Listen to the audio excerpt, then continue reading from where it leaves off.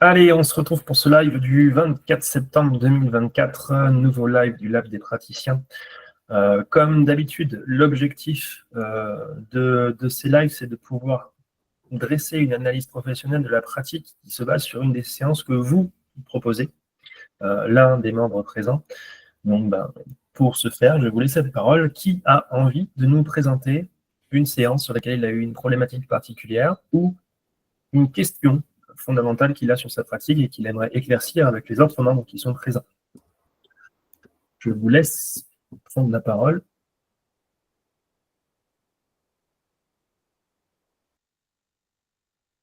C'est bien? Donc, il y a une volontaire.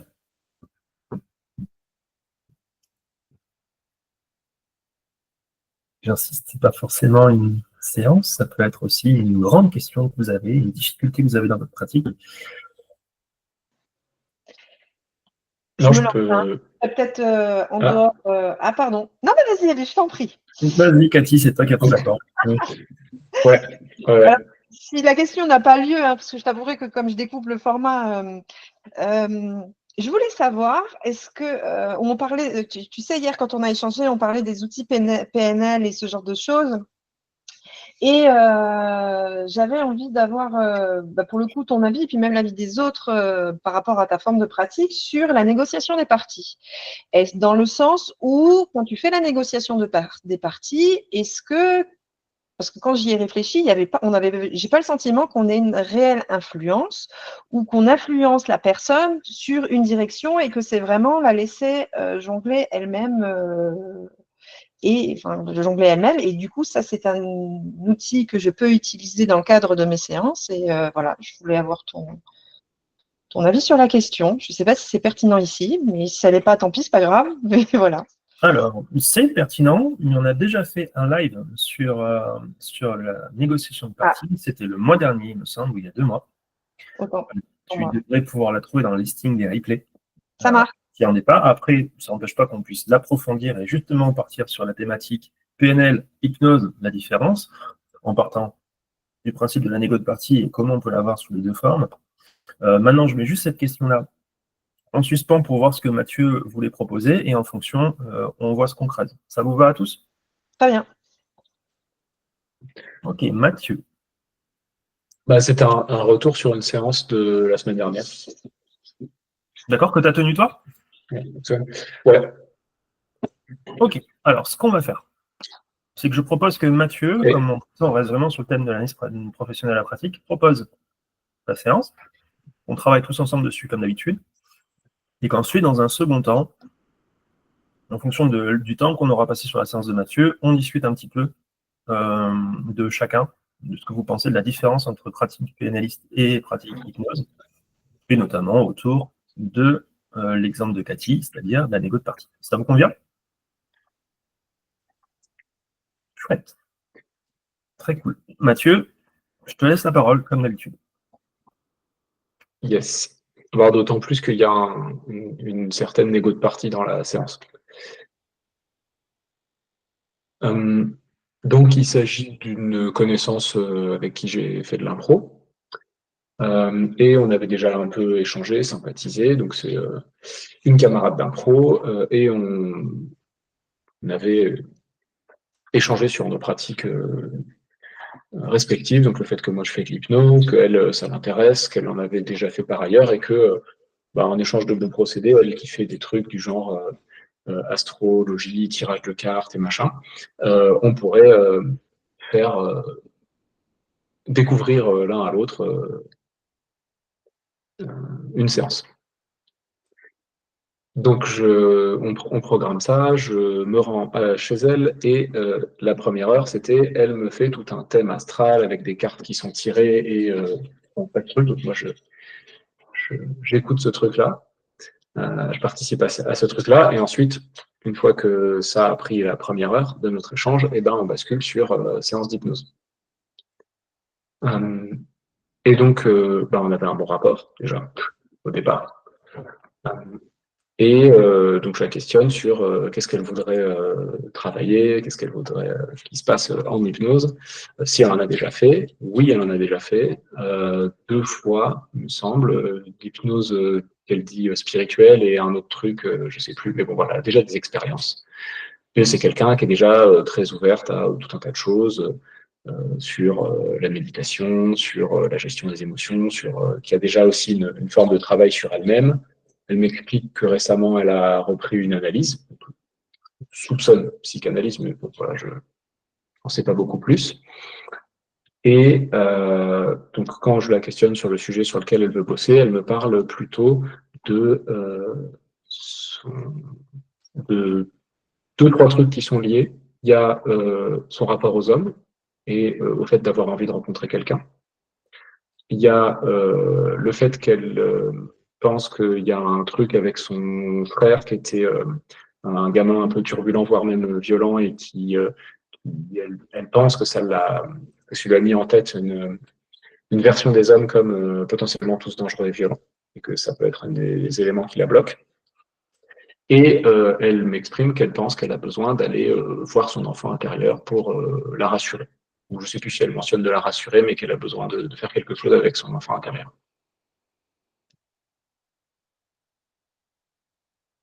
Je réfléchis pour remettre mes souvenirs en ordre. Il me semble qu'après quelques minutes de questionnement autour de ça, émerge la notion des moments où elle s'est sentie en sécurité et des moments où elle s'est sentie plutôt de la peur. Et donc, je lui propose donc de mettre ses mains devant elle, donc comme pour une négo de partie, justement, et de commencer à ressentir dans quelle était la main, la sécurité qui se manifeste, et ça se produit. Et de ressentir dans l'autre main la peur, ou la partie de la peur, je ne sais plus comment je l'ai formulé, et ensuite que les deux mains puissent se rapprocher et que les parties puissent... alors, je ne sais plus quelle était la suggestion, justement. Je me rappelle que j'ai amené une forme de rapprochement des mains avant d'expliquer à quoi ça pouvait servir. Au fur et à mesure que les mains se rapprochent, les parties vont pouvoir, et je ne sais plus, j'ai dû laisser la suggestion relativement ouverte. Je ne sais plus si c'était créer quelque chose ensemble, échanger, partager. Voilà, et au moment où elles se touchent, qui se produisent ce qui a besoin de se produire entre les parties. Et donc ça se produit, les mains vont jusqu'à se rapprocher, rentrer en contact. Et ensuite, alors attendez, c'était quel ordre? Oui, le fait que ensuite, je suggère le fait que quand c'est OK, les mains vont pouvoir redescendre et se poser sur les jambes, donc tu es en position assise.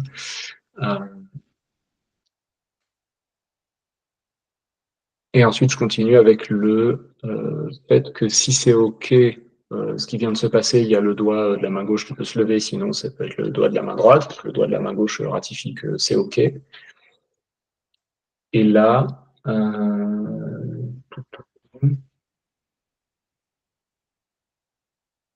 j'ai un bug dans mes souvenirs sur la transition avec la suite, mais à la suite, on arrive dans un endroit où elle voit son enfant intérieur ou une version d'elle plus jeune, et elle dialogue avec.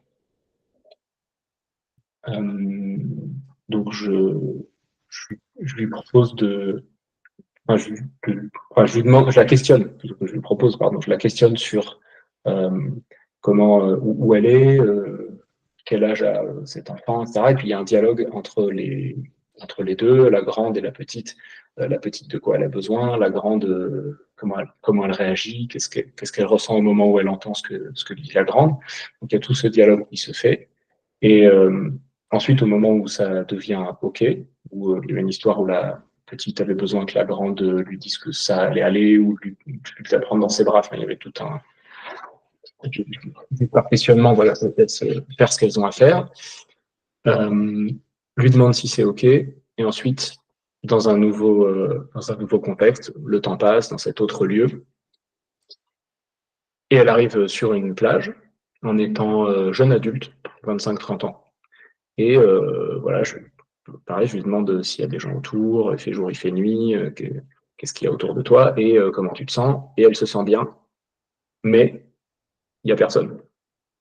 Et donc, le fait qu'elle amène, il n'y a personne, je dis, ah bon, et qu'est-ce qu'il faudrait à la place? Enfin, c'est pas formulé comme ça, mais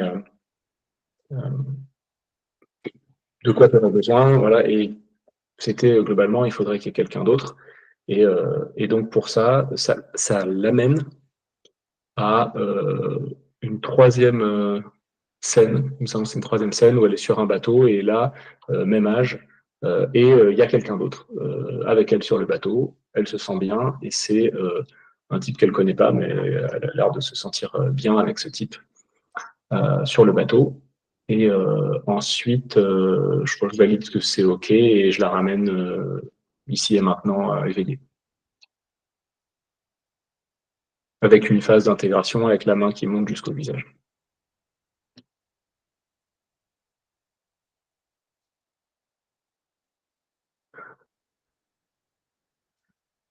Et après coup, tout un débrief plus cognitif où je la laisse s'exprimer sur ce qu'elle a vécu et puis ensuite un échange, papotage de sympathie qui dérive sur beaucoup plus cognitif, où elle me raconte une histoire où elle a croisé un mec qui était super attirant en Belgique, mais elle n'est pas allée, etc. Et puis beaucoup plus de discussions cognitives sur ah oui, et la prochaine fois, qu'est-ce que tu ferais dans la même situation, voilà.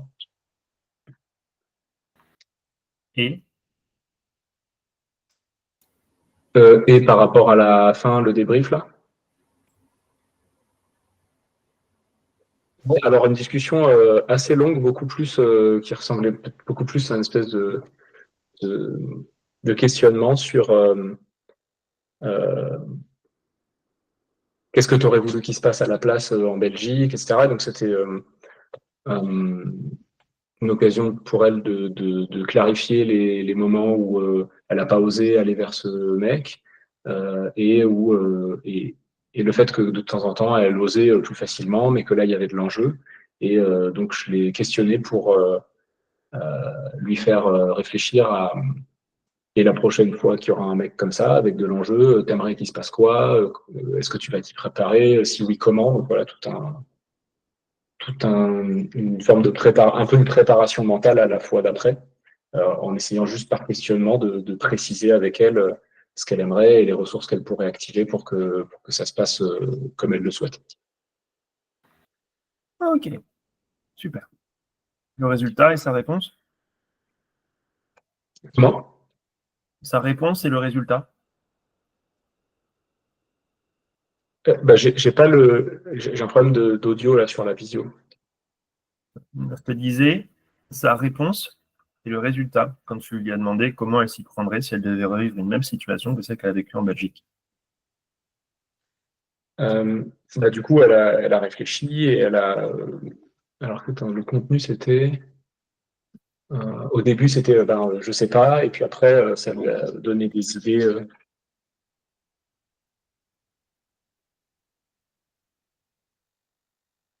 Tu as coupé ton micro au milieu, Mathieu. Oh, je me demande si c'est même pas coupé tout seul.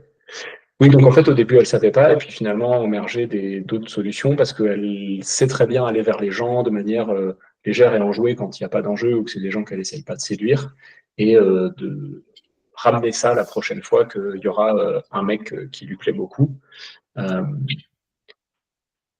Voilà, de réussir à s'en foutre et de faire le premier pas malgré tout. Et aussi de pouvoir s'y préparer, enfin, s'imaginer la situation et un peu comme quand on fait de l'impro, s'imaginer vivre cette situation à l'avance. Ok.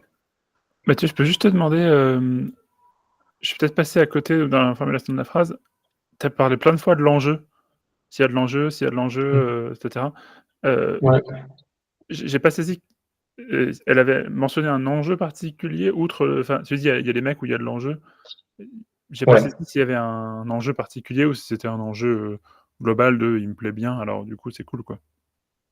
En fait, elle a pu mentionner qu'il y avait des fois des types qui lui plaisaient bien et elle allait passer la nuit avec, mais elle savait qu'il n'y aurait pas beaucoup plus de choses parce que moins d'atomes crochus, peut-être juste l'envie du moment. Et que ce fameux type en Belgique, certes, c'était lors d'une semaine de formation et sur la semaine, elle n'a pas saisi les moments pour aller vers lui et basculer dans un rapport de séduction et qu'il se passe plus de choses. Mais il lui plaisait plus fortement que juste le beau gosse de passage et elle se sentait plus d'atomes crochus, une plus forte résonance. Et ça, pour elle, ce qu'elle m'a expliqué, c'est que ça illustrait le fait que ce genre de personne existe et que le fait de la voir croiser, ça mettait plus d'enjeux. Parce que c'était le genre de personne qu'elle rêvait de rencontrer, avec qui elle rêvait de développer une relation, et que ça rendait aussi plus concret sa future vie dans les rapports de séduction à Strasbourg, ah oui, bah, peut-être qu'il en existe d'autres comme ça, enfin même c'est sûr, suite à cette rencontre, elle a développé la conviction qu'elle pourra recroiser des types aussi attirants, aussi intéressants, et qu'elle a donc été un peu paralysée par l'enjeu oui, potentiellement, il peut se passer plus que juste un flirt. Et ça l'avait inhibé dans ses initiatives de séduction. Ok, je te remercie. Super. Donc, beaucoup de choses dans cette séance. On va reprendre un petit peu techniquement tout ce qui a été déroulé. C'est bien parce que du coup, on reste un peu dans la thématique de la question qu'avait posée Cathy, ce qui va nous permettre de pouvoir un peu creuser tout ça. Si je résume, c'est une séance plus ou moins programmée sur un partage de pratique. Ça, c'est pour le contexte. Tu passes en second dans ce partage de pratique, où la première pratique était une pratique de cartomancie et de voyance, c'est ça? Plus thème astral / tirage de tarot, mais oui. Ouais. Il n'y a pas vraiment de voyance, mais c'est un peu l'esprit avec un peu plus de rationnel, en tout cas dans la façon dont elle se positionne vis-à-vis de ses pratiques. D'accord. Tu passes en second là-dessus avec une personne qui a déjà fait 2 fois de l'hypnose, plutôt tirée spirituelle, avec une demande, enfin 2 demandes, 1, travailler sur son rapport aux hommes, et 2, pouvoir rencontrer son enfant intérieur avec qui elle pense avoir quelque chose à travailler. C'est ça? Je galère avec le micro, mais oui, c'est l'ambiance. Et elle fait spontanément le lien entre les deux. D'accord.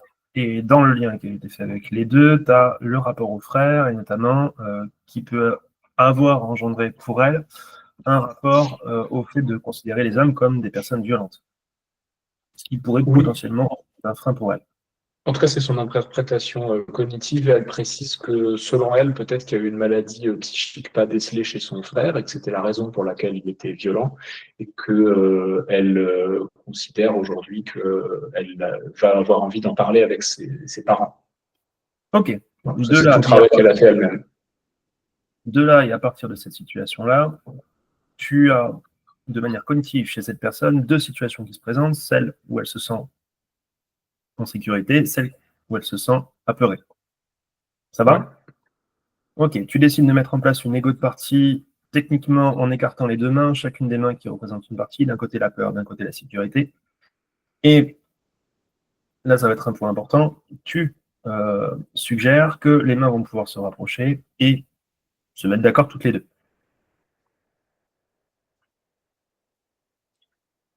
C'est ça la suggestion. Le rapprochement, oui. Le fait de se mettre d'accord, je suggère qu'il peut se passer quelque chose. Mais pas le fait qu'elle tombe d'accord. Tu suggères qu'il peut se passer quelque chose. Ok. Qu'est-ce que tu attends quand tu lui dis, tu suggères qu'il peut se passer quelque chose?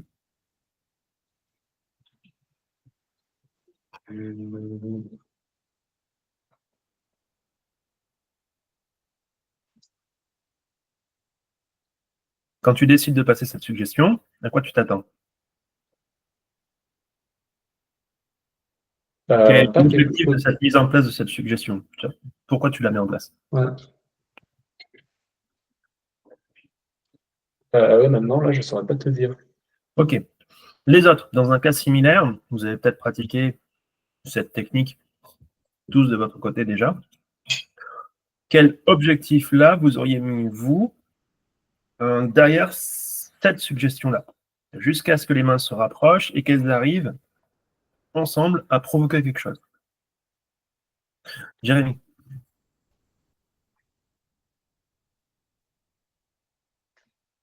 Faut ton micro, Jérémy. Salut, je ne sais pas si vous allez bien m'entendre. On t'entend. Très très bien. C'est bon? Ouais. Ah, cool. Eh ben, quand les mains se rapprochent, il y a un sous-entendu qui fait qu'il va se passer quelque chose. Donc, potentiellement, la négociation de partie va se mettre en place d'elle-même. Si on devait pousser, alors, c'était pas la question. Qu'est-ce que toi, tu aurais mis en place dans cette suggestion? Est-ce que tu aurais sorti la même suggestion avec quelle attente et quel objectif? Ou est-ce que tu en aurais dit une différente? Cyril, tu as le même. Peut-être de suggérer qu'il y a des choses qui sont liées au passé dans la peur et de demander à cette partie du passé de venir identifier ce qui est encore présent aujourd'hui ou pas et de le confronter avec la partie sécurité. C'est-à-dire, mais est-ce que vous pouvez affiner en fait ce qui est de l'ordre du passé et de l'ordre d'aujourd'hui et puis de recalculer ou de réaffiner qu'est-ce qui aujourd'hui est vraiment de l'ordre de la sécurité et de l'ordre de la peur et est-ce que les marqueurs qui vont déclencher les différentes émotions peuvent se recaler sur quelque chose de plus présent. Bon, c'est très compliqué, donc je ne saurais pas comment je l'ai dit. Alors, là, tu modifies complètement la suggestion qui a été posée de base, mais dans quel objectif tu dis ça? L'intention, ça serait visiblement elle a peur, ça serait de diminuer sa peur et d'augmenter sa sécurité en recalibrant quelle information elle prend pour avoir peur ou pas dans une relation avec quelqu'un. Donc, ça serait une influence très marquée de ma part. Sur quoi tu te bases pour pouvoir monter ça? Sur le fait qu'aujourd'hui, elle dit avoir des difficultés et que c'est lié à son passé. Elle dit j'ai un rapport aux hommes qui est compliqué. Il y a sûrement un truc avec mon frère qui était. Donc, je pars de ça en disant bon, il y a peut-être une information dans son passé qui ne lui permet pas d'appréhender la situation telle qu'elle est dans le présent, parce que ça la ramène à des choses du passé. Du coup, je vais demander à cette partie du passé de réétalonner le danger. Les autres, par rapport à la proposition de Cyril, vous positionnez comment? Bonne idée? Pas trop bonne idée, vous auriez fait différemment? Pourquoi? Comment? Gaëtan. Ton micro, Gaëtan. Chaque fois, j'oublie le micro.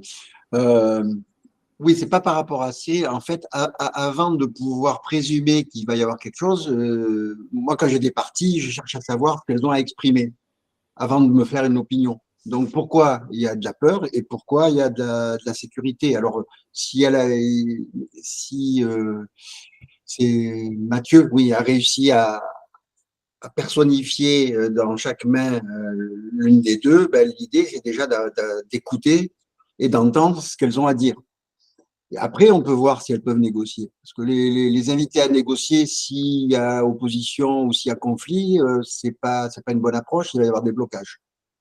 Alors, Gaëtan, c'est pertinent ce que tu dis, c'est intéressant. Maintenant, on a trois constructions qui sont différentes. L'une, Mathieu qui propose que les mains se rapprochent pour qu'il se passe quelque chose.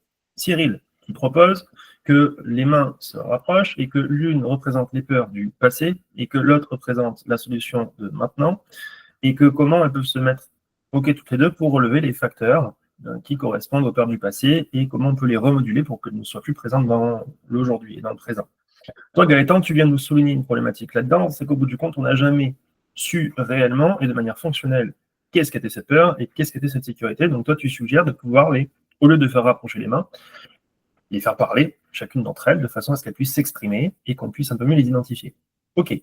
Moi, la question que je vous ai posée, c'est, quelles que soient les techniques que vous avez choisies, quel est votre objectif dans la construction de ce que vous avez décidé de faire, que ce soit Gaëtan, Cyril ou Mathieu, et d'où vous tirez les informations qui vous permettent de pouvoir vous dire, je vais construire ça, et je veux aller vers cet objectif. Les autres, vous avez la parole aussi. Asia. En fait, ce que je trouvais un peu curieux, c'est qu'on est parti. Enfin, je sais pas du coup, peut-être c'est une question pour toi, Mathieu. Tu es parti sur la construction ou la construction de la séance sur la base du cognitif et de ses attentes. Est-ce que tu peux nous en dire un peu plus sur les réponses émotionnelles qu'elle avait quand elle parlait de ces sujets-là? Peut-être que ça pourrait nous aider à aller voir par rapport si la proposition de négociation de parties, c'est quoi ton objectif en la faisant? C'est quoi, Avant que tu répondes, Mathieu, Asia, oui. en quoi ce serait important pour toi d'avoir ces informations-là? Bah, parce qu'en réalité, j'ai l'impression qu'elle a passé commande sur des trucs, je veux l'enfant intérieur, mais on ne sait pas si l'objectif il est suffisamment bien posé en fait. C'est une interrogation. Bien. Du coup, Mathieu, tu peux répondre à la question d'Asia. Quels étaient les éléments émotionnels, c'est ça? Eh ben, je suis un peu en galère pour répondre parce que d'une part, mes souvenirs ne sont pas les plus précis, et d'autre part, j'ai essayé d'observer ces éléments-là, et il y avait des choses qui, dans mes souvenirs, paraissaient plus émotionnelles que d'autres, mais j'ai été probablement limité par ce que j'ai déployé en analyse du comportement à ce moment-là. Mais tu racontais qu'il y avait quand même des éléments émotionnels, même si tu ne les as pas observés en face de toi, dans la micro-expression, etc. Des éléments émotionnels où elle te rapportait des moments de peur, où elle disait, bah, je voyais le mec et je me dis plutôt pas mal, mais il y a une peur qui prend le dessus. C'est ça, il y avait aussi quand même de l'émotion. De blocage et d'inhibition dans le passage à l'action. Donc, elle a pu me faire état de ça. Et j'ai observé de manière macroscopique et pas assez fine son comportement quand elle me le racontait. Et il y avait des éléments qui paraissaient plus pertinents que d'autres dans son comportement, dans ses réactions non verbales. Là, j'arrive pas à reconstituer lesquels. Ok. Mais tu as vu qu'il y a des éléments qui étaient quand même plus pertinents que d'autres ou plus alertants que d'autres. Oui, j'ai vu les moments où elle répondait un peu plus spontanément, où elle était un peu plus active par rapport aux mots qu'elle posait, etc. J'étais pas complètement aveugle à ça, mais j'ai pas observé suffisamment finement pour en tirer toute une construction très précise. Du coup, fort de la réorientation qu'aurait pu faire Cyril et Gaëtan sur ta manière de gérer la négo de partie dans les deux mains là, et avec ce qu'ils t'ont apporté. Qu'est-ce que ça te fait poser comme question? Et je reviens à la question de base. Quel était ton objectif quand tu as décidé de faire comme ça?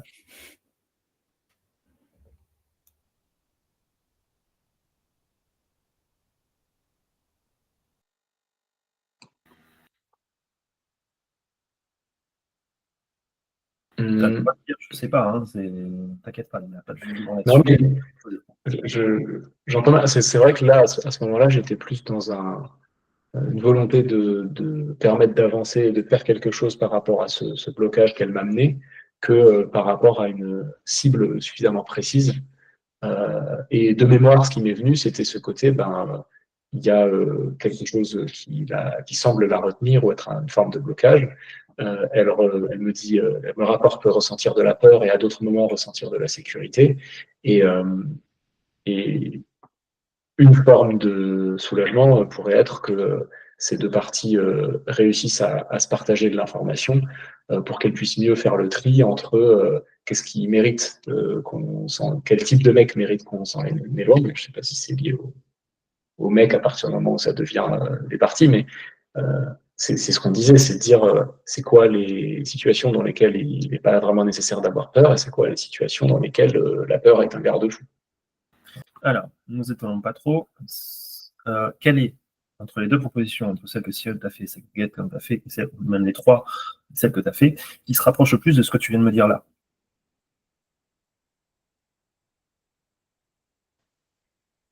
Je précise, c'est-à-dire identifier quels sont les facteurs qui peuvent être responsables du sentiment de peur, parce que tu as exprimé de manière cognitive, donc on parle d'un sentiment, ou du sentiment de sécurité, pareil, tu as exprimé de manière cognitive, donc c'est un sentiment, c'est son interprétation cognitive de son ressenti cognitif de la situation. Ce n'est pas une émotion avec des marqueurs physiologiques. Si tu as besoin de pouvoir identifier un peu mieux qu'est-ce qui provoque ça, tu te rapproches de quoi? De plutôt ce que tu as fait ou de plutôt ce que Gaëtan aussi propose?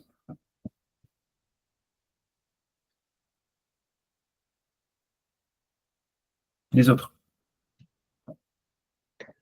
Donc, j'ai une. C'est pas forcément la réponse pile poil, mais ce que je ressens, c'est ce côté effectivement de ne pas avoir suffisamment exploré, ok, cette peur, comment elle se manifeste, à quoi elle se. Comment dire? La peur à la sécurité.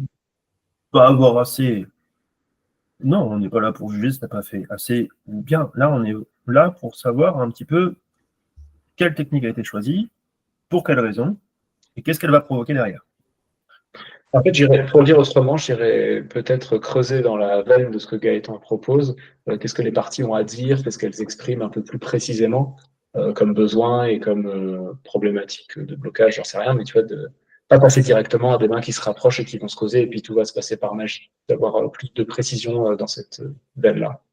Ok, donc je repose ma question. Si on reprend le modèle que toi, tu as choisi, quel était ton objectif? Pourquoi tu as choisi de travailler comme ça?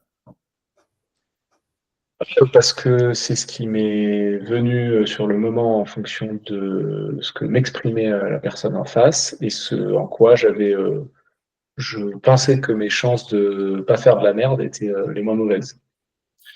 Gaëtan. Oui, ben en fait, il a une approche solutionniste. Il veut résoudre la problématique, alors que oui, il faut peut-être aller chercher et creuser pourquoi il y a des problèmes avant. Alors, pourquoi faudrait le mettre avant? Voilà, il faut ou pas, on ne sait pas. Pour l'instant, la seule chose dont on est sûr, c'est qu'effectivement, ce qu'a choisi Mathieu de faire se dirige plus vers une approche solutionniste. Le sujet vous dit qu'il y a des endroits où il a peur, des endroits où il est en sécurité. On met en sécurité d'un côté, peur de l'autre. Et puis on dit, rejoignons les deux et on va voir ce qui se passe. On est clairement sur une approche solutionniste. Hein. On s'en fout d'où vient le problème. Parce qu'on allons voir ce qui se passe et on les rassemble. Point. C'est clairement solutionniste. Très bien, Gaëtan. Maintenant, si on réoriente et qu'on retravaille tout ça et qu'on le rebouge, si on avait travaillé dans la façon que Gaëtan le propose, comment on aurait travaillé cette fois? Gaëtan. Et dans ce cas-là, on travaille sur la systémie. On cherche l'origine de la problématique. Alors, est-ce qu'on le sait encore? Enfin, on cherche, on tend vers. Voilà.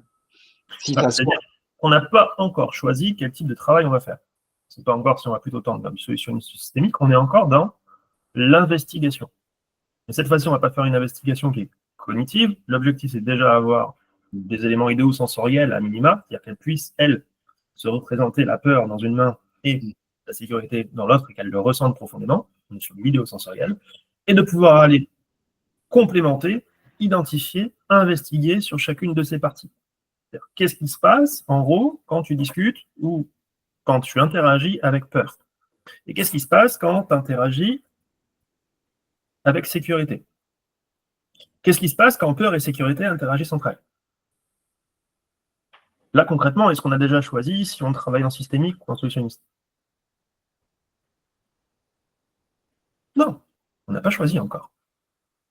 Par contre, on vient de travailler plus en profondeur sur une autre façon de concevoir et de construire le concept de peur et de sécurité qui sont représentés dans les mains, avec une approche plus focalisée du sujet sur chacune d'entre elles. Ça va nous donner de la donnée, de l'information, et de l'information qui va se transformer en intel, en intelligence, de par le fait qu'on le rattache uniquement au ressenti du sujet. Et c'est là où on va devoir faire un effort d'observation sur notre sujet et voir ce qui se passe. Ça va? Ok. Ces deux approches, on les voit souvent chez beaucoup de praticiens, notamment celle qu'a utilisée Mathieu, parce que très souvent, c'est comme ça qu'on l'apprend. On met les deux points dans une main, on les rassemble, on voit ce qui se passe, voire même certains rajoutent une petite suggestion en disant, et quand les deux mains seront rassemblées, vous verrez que peur et sécurité ne feront qu'un et pourront mettre en place la peur quand il faudra, la sécurité quand il faudra, par exemple. Concrètement, ce serait une approche purement solutionniste dont l'origine de ce choix vient de qui? L'origine de ce choix technique-là. Du praticien. Du praticien. Ça va pour l'instant? Ok. Qu'est-ce que ça provoque d'utiliser ça? Là, concrètement, dans la séance de Mathieu, qu'est-ce que ça a provoqué? Ah, attends, il y a Jérémy qui avait la main avant. Jérémy. Ton micro, Jérémy. Ouais. Mais pour le coup, oui. En fait, j'ai une latence entre la vidéo et le son. Du coup, le truc de la main, l'espèce de négociation de partie, est-ce que ça vient uniquement de nous ou le simple fait qu'elle ait son objectif relativement global qui est de pouvoir rencontrer quelqu'un, inconsciemment, elle a des blocages, elle sait qu'il y a des blocages et cette partie sécuritaire et cette partie peur, le fait de faire cette négociation de partie-là, ça pourrait apporter un cadre sécurisant pour lui permettre de déployer pleinement ses ressources pour surmonter son défaut de rencontre.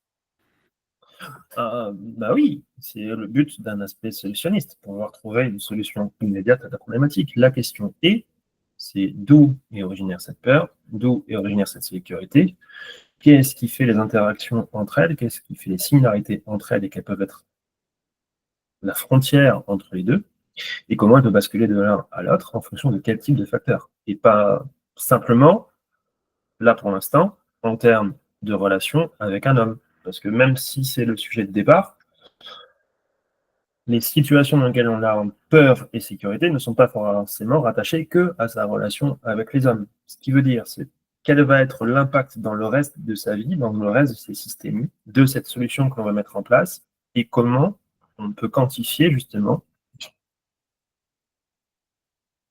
les, comment on dit, les dommages, entre guillemets, ou les répercussions collatérales que pourrait avoir cette technique-là. Faire arrêter de fumer en dégoûtant la personne, ça fonctionne très bien. Sa demande, c'est d'arrêter de fumer. Elle vient de voir. Tu prends la personne qui ne veut plus fumer, la personne qui fume, et tu viens développer le dégoût entre les deux pour qu'elles se mettent d'accord, la personne ne fumera plus. Et si tu as suggéré le dégoût au milieu, au bout du compte, elle aura choisi d'être dégoûtée. Et puis elle ne fumera plus. Par contre, quels vont être les dommages collatéraux, quelles vont être les répercussions collatérales qu'il y aura. Là, le truc, c'est qu'il nous manque quoi comme info? C'est à ça que je voulais vous emmener. Comment on peut en arriver à faire ce choix et quelles sont les infos préliminaires qui nous ont permis de dire « Ok, je vais faire ça ». Par exemple, la fonction de cette peur. Alors ça, c'est ce que tu aurais pu chercher, mais là, dans le cas que tu as mis en place.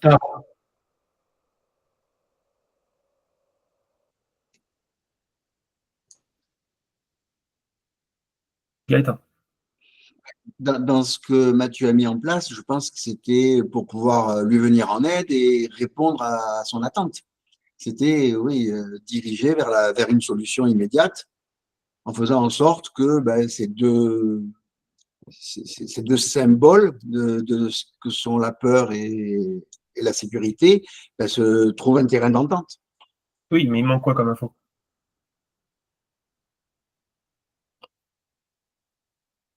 C'est pas sûr que ça marche. C'est pas. C'est surtout qu'il nous manque quelles sont les origines de cette sécurité et de cette peur. Il nous manque de l'investigation. Parce que oui, c'est apparu dans des situations qu'elle a pu proposer à Mathieu, mais pour l'instant, on n'a aucune certitude de comment la peur et la sécurité sont nourries et pourquoi elles apparaissent à tel instant ou pas. On va le voir sur le reste de la séance. Qu'est-ce qui s'est passé ensuite?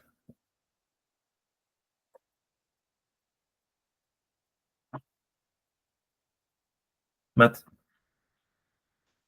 Oui. Qu'est-ce qui s'est passé ensuite?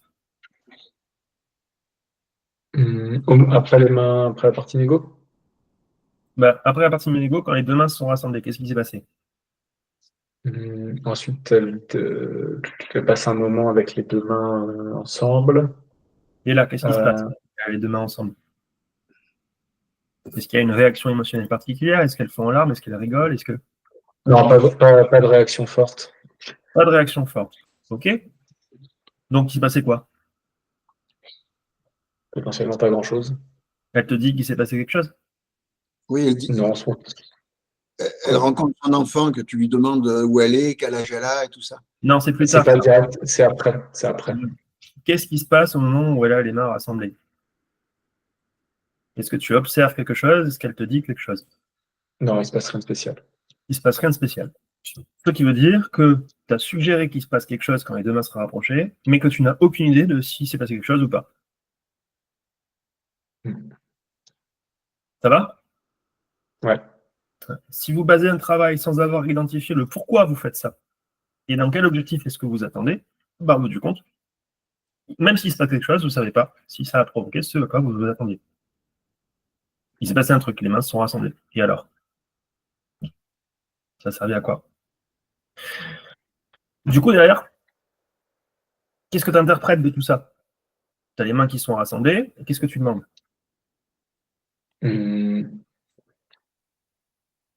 Je crois que à ce moment-là, la suggestion, c'est au moment où je me rends compte justement que j'ai dû faire des choses imprécises et où je me dis, bon, bah, du coup, là, je suis bien avancé.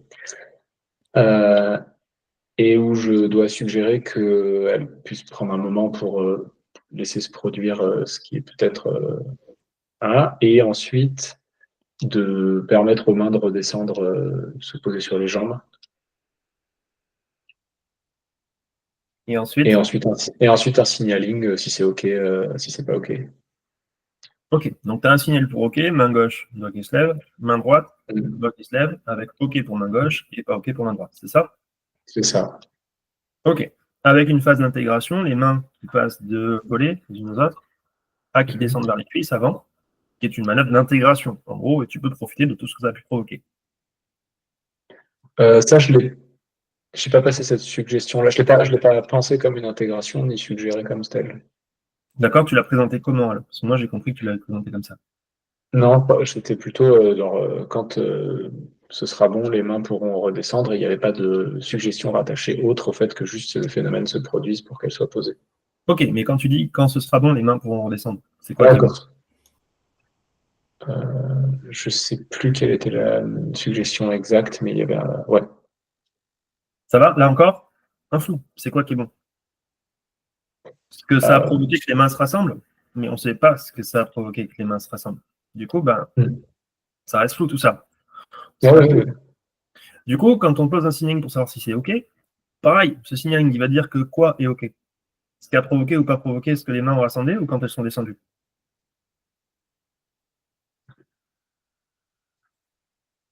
Là, on touche. L'état du sujet au moment, à l'instant T aussi. De quoi? Répète, Jérémy?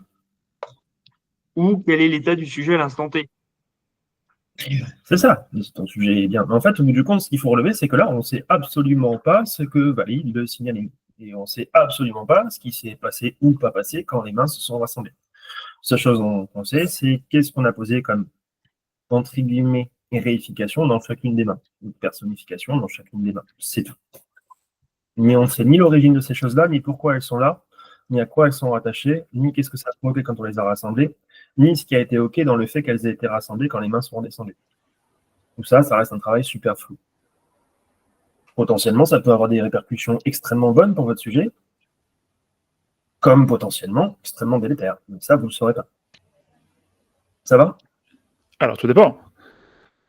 Tout dépend si tu envisages ta séance comme étant une séance unique, tu ne la reverras plus jamais, tu ne le sauras jamais, ou si tu envisages ta séance comme étant un élément de progression, et que tes éléments de qu'est-ce qui se sera passé au travers de ce travail-là, bah, tu les auras non pas de visu là, mais dans la temporalité entre ce moment et le moment d'après. Aussi un endroit de retour d'information. C'est très intéressant ce qu'on dit là, mais du coup, tout le temps que vous venez de passer à faire ça, ça vous servait à quoi, concrètement? Qu'est-ce que ça vous a apporté de travailler comme ça? Dans le travail que vous effectuez avec votre sujet.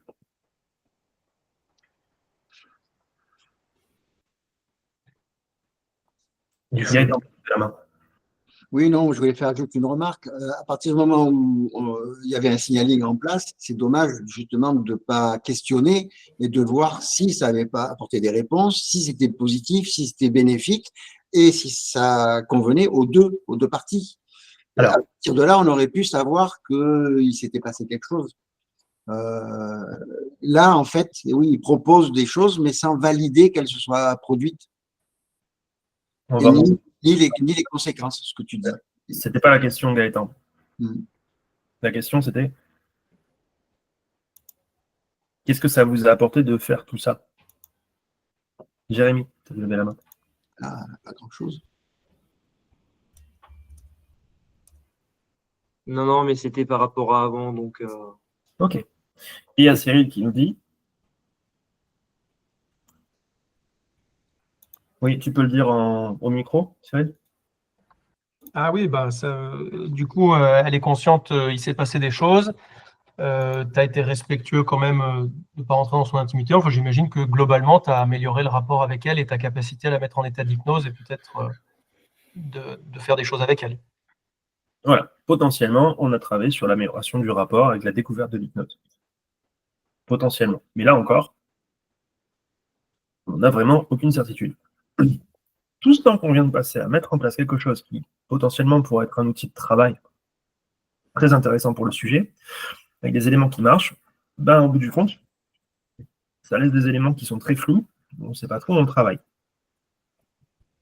Et en même temps, ça nous donne une porte ouverte. Laquelle? Gaëtan.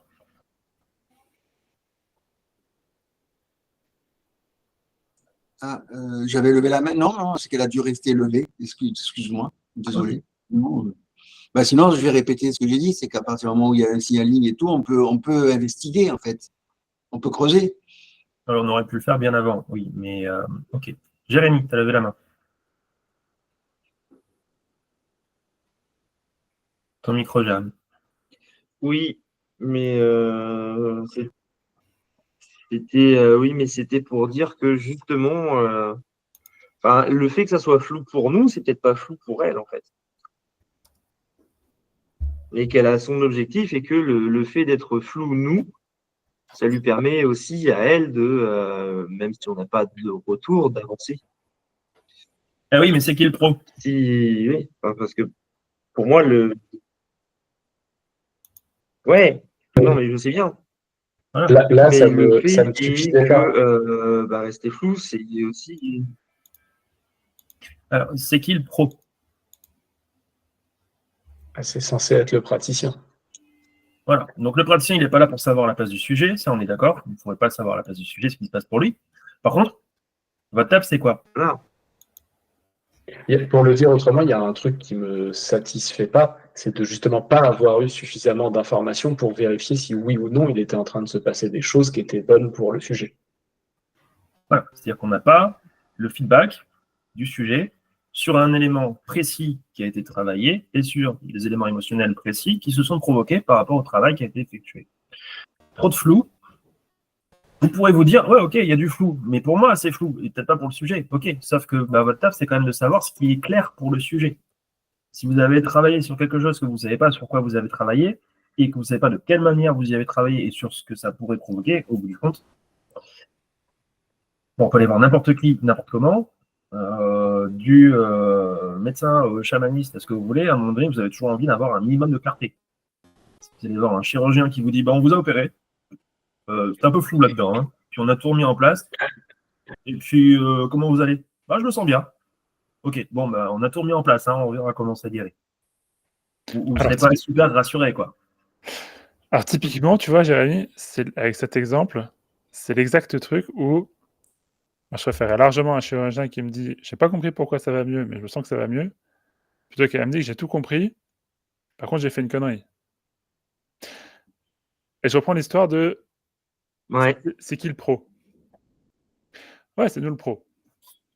Mais est-ce qu'on est vraiment? Est-ce qu'on est vraiment le pro, suffisamment pro pour être capable de ne pas faire de projection? Est-ce qu'on est le pro qui est suffisamment pro pour ne pas aller interpréter au-delà que ça? Est-ce qu'on est vraiment vachement plus pro de son histoire, de cette personne qu'on a rencontrée il y a 2 minutes, par rapport à elle qui se connaît depuis, toi, 35 ans, tu disais? Est-ce qu'on est vraiment pro en sachant qu'on n'a peut-être pas l'intégralité de l'information? C'est même ça qu'on ne l'a pas. Donc oui, je suis tout à fait d'accord avec toi sur, évidemment, sur les éléments de dire on a besoin d'investiguer, de comprendre, plus c'est clair ce sur quoi on travaille, mieux c'est, etc. Et en même temps, attention aussi, j'ai entendu tellement de fois des projections, des trucs, c'est sûr que, etc. Quand Gaëtan nous dit on peut écouter les deux parties qui nous disent ça vient de ci, ça vient de là, ça vient de ci, ça vient de là, est-ce qu'on est bien certain, en tant que pro, qu'on pourra prendre cette information sans la déformer? Est-ce qu'on pourra prendre cette information sans l'interpréter? Est-ce que le fait de faire transiter cette information par moi ne va pas abîmer cette information? D'où l'intérêt de savoir de quelle manière on l'a fait transiter et voir même si on l'a fait transiter par nous. Ou est-ce qu'on est là juste pour permettre au sujet de la faire transiter que par lui? Voilà, Et ça, ce sera la question d'après. Il y a Gaëtan qui a levé la main. Oui, alors l'idée, quand on écoute les parties, c'est pas de prendre pour argent comptant ce qu'elles disent. C'est la réalité de chaque partie. Et l'idée, c'est qu'après, la personne trouve en elle-même les ressources nécessaires pour que ces parties, avec leurs réalités différentes, qui souvent sont justement diamétralement opposées, trouvent un consensus et faire émerger la solution en interne. Quelque part, elle peut nous raconter ce qu'elle veut, on s'en fout parce que c'est reconstruit, c'est retricoté, c'est réadapté. Mais ça correspond à la réalité qui a conduit à vivre la problématique. Bien sûr, Quel est mais du coup, l'intérêt? pourquoi tu as besoin, toi, de l'entendre, alors?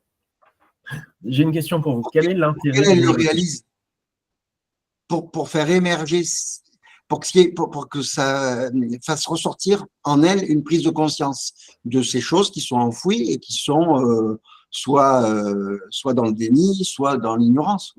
Mais est-ce que du coup, on veut travailler avec sa conscience, rendre l'inconscient conscient? Est-ce qu'à ce moment-là, on s'oriente sur un côté analytique? Ou est-ce qu'on veut travailler avec des ressources inconscientes? C'est un choix, hein? Je suis C'est pas là pour Jérémy. je suis pas là pour donner mon avis. Ouais. Vas-y Gaëtan, termine. Je suis pas là pour donner mon avis ni dire qu'elle a raison ou qu'elle a tort. C'est pour permettre de faire émerger une solution qui sera tout aussi subjective, mais qui sera cohérente pour la personne et écologique pour elle. Quel est l'intérêt et l'objectif d'une négociation de partie? Supprimer le conflit. Quel est l'intérêt et l'objectif d'une négociation de partie pour votre sujet? L'objectif fondamental, c'est quoi? Cyril, dans l'ordre. Remettre du mouvement par rapport à une situation qui est bloquée. Ok. Mathieu.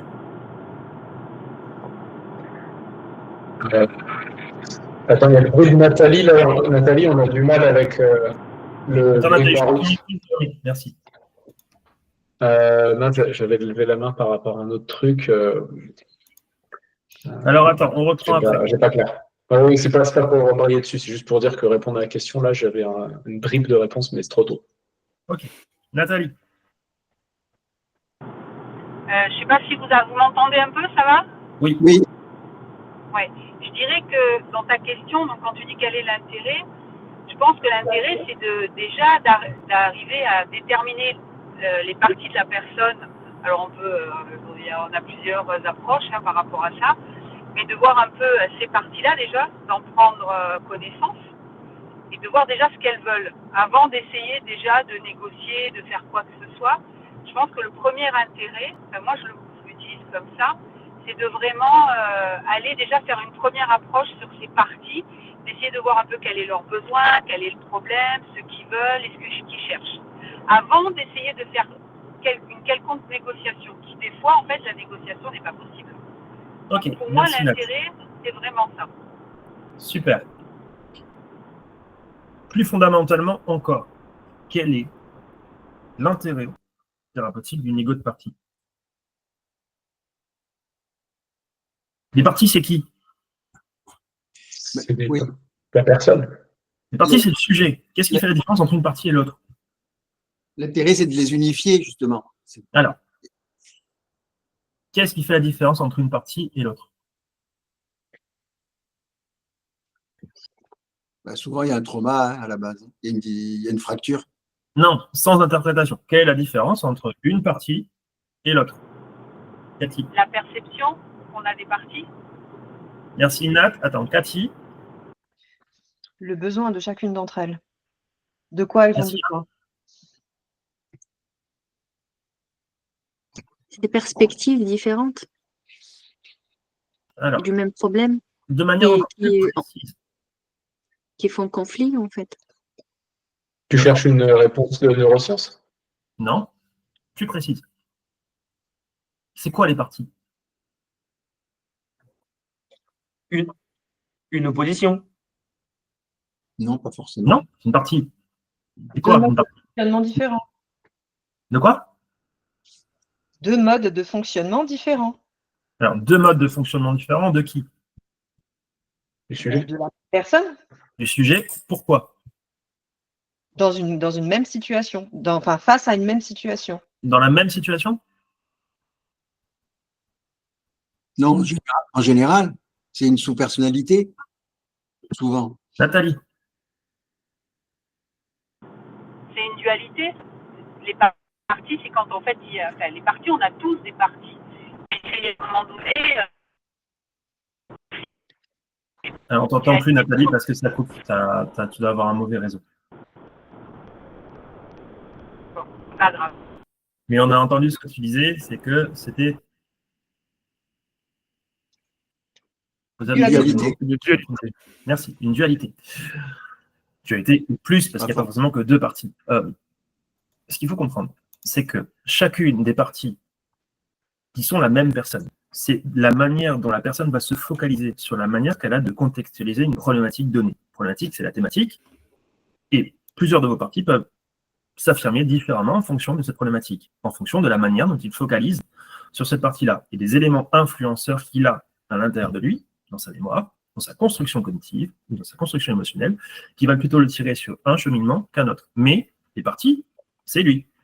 Donc quel est votre seul objectif quand vous faites une égo de partie? Pouvoir mobiliser plusieurs influences différentes en fonction du même contexte. Pour redynamiser la personne non plus sur une systémique, c'est-à-dire sur un chemin linéaire d'engramme neurologique de réponse. Je n'ai plus que cette réponse, j'ai aussi cette autre réponse duale qui m'emmène sur autre chose. Là, on active les deux en même temps pour qu'elles puissent à un moment donné faire front l'une à l'autre pour la même personne. C'est comme si vous donniez la capacité à la personne de pouvoir voir deux points de vue différents qui sont non pas deux points de vue différents dans la réalité, mais qui sont propres points de vue dans lesquels elle peut elle-même créer des oppositions ou des freins ou des améliorations. Mais c'est la même personne. Donc votre taf en tant que thérapeute, c'est quoi quand vous faites une égo de partie? C'est d'arriver à la négo?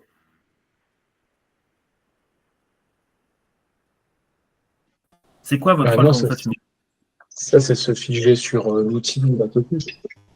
Et ça serait voir effectivement votre rôle plus que ce qu'il doit être. Et comme disait tout à l'heure Guilain, vous ne pouvez pas savoir qui est la personne, comment elle est construite, pourquoi elle se construit comme ça, et tous les éléments au fond qui vont jouer de ces influences-là. La seule chose que vous pouvez savoir, c'est que, en tant que pro, cette négo, c'est une seule et même personne, mais selon deux points de vue différents, construits selon deux schématiques d'influence différentes. C'est-à-dire selon deux intégrations politiques différentes. Ça, c'est être pro. C'est-à-dire que vous arrêtez en toute humilité à ça. Et votre taf, c'est de pouvoir réveiller et dynamiser ces deux parties en même temps, en gardant l'unité de la personne, de la manière dont elle va pouvoir se confronter elle-même à ces deux positionnements sur lesquels elle n'arrive pas à faire de choix.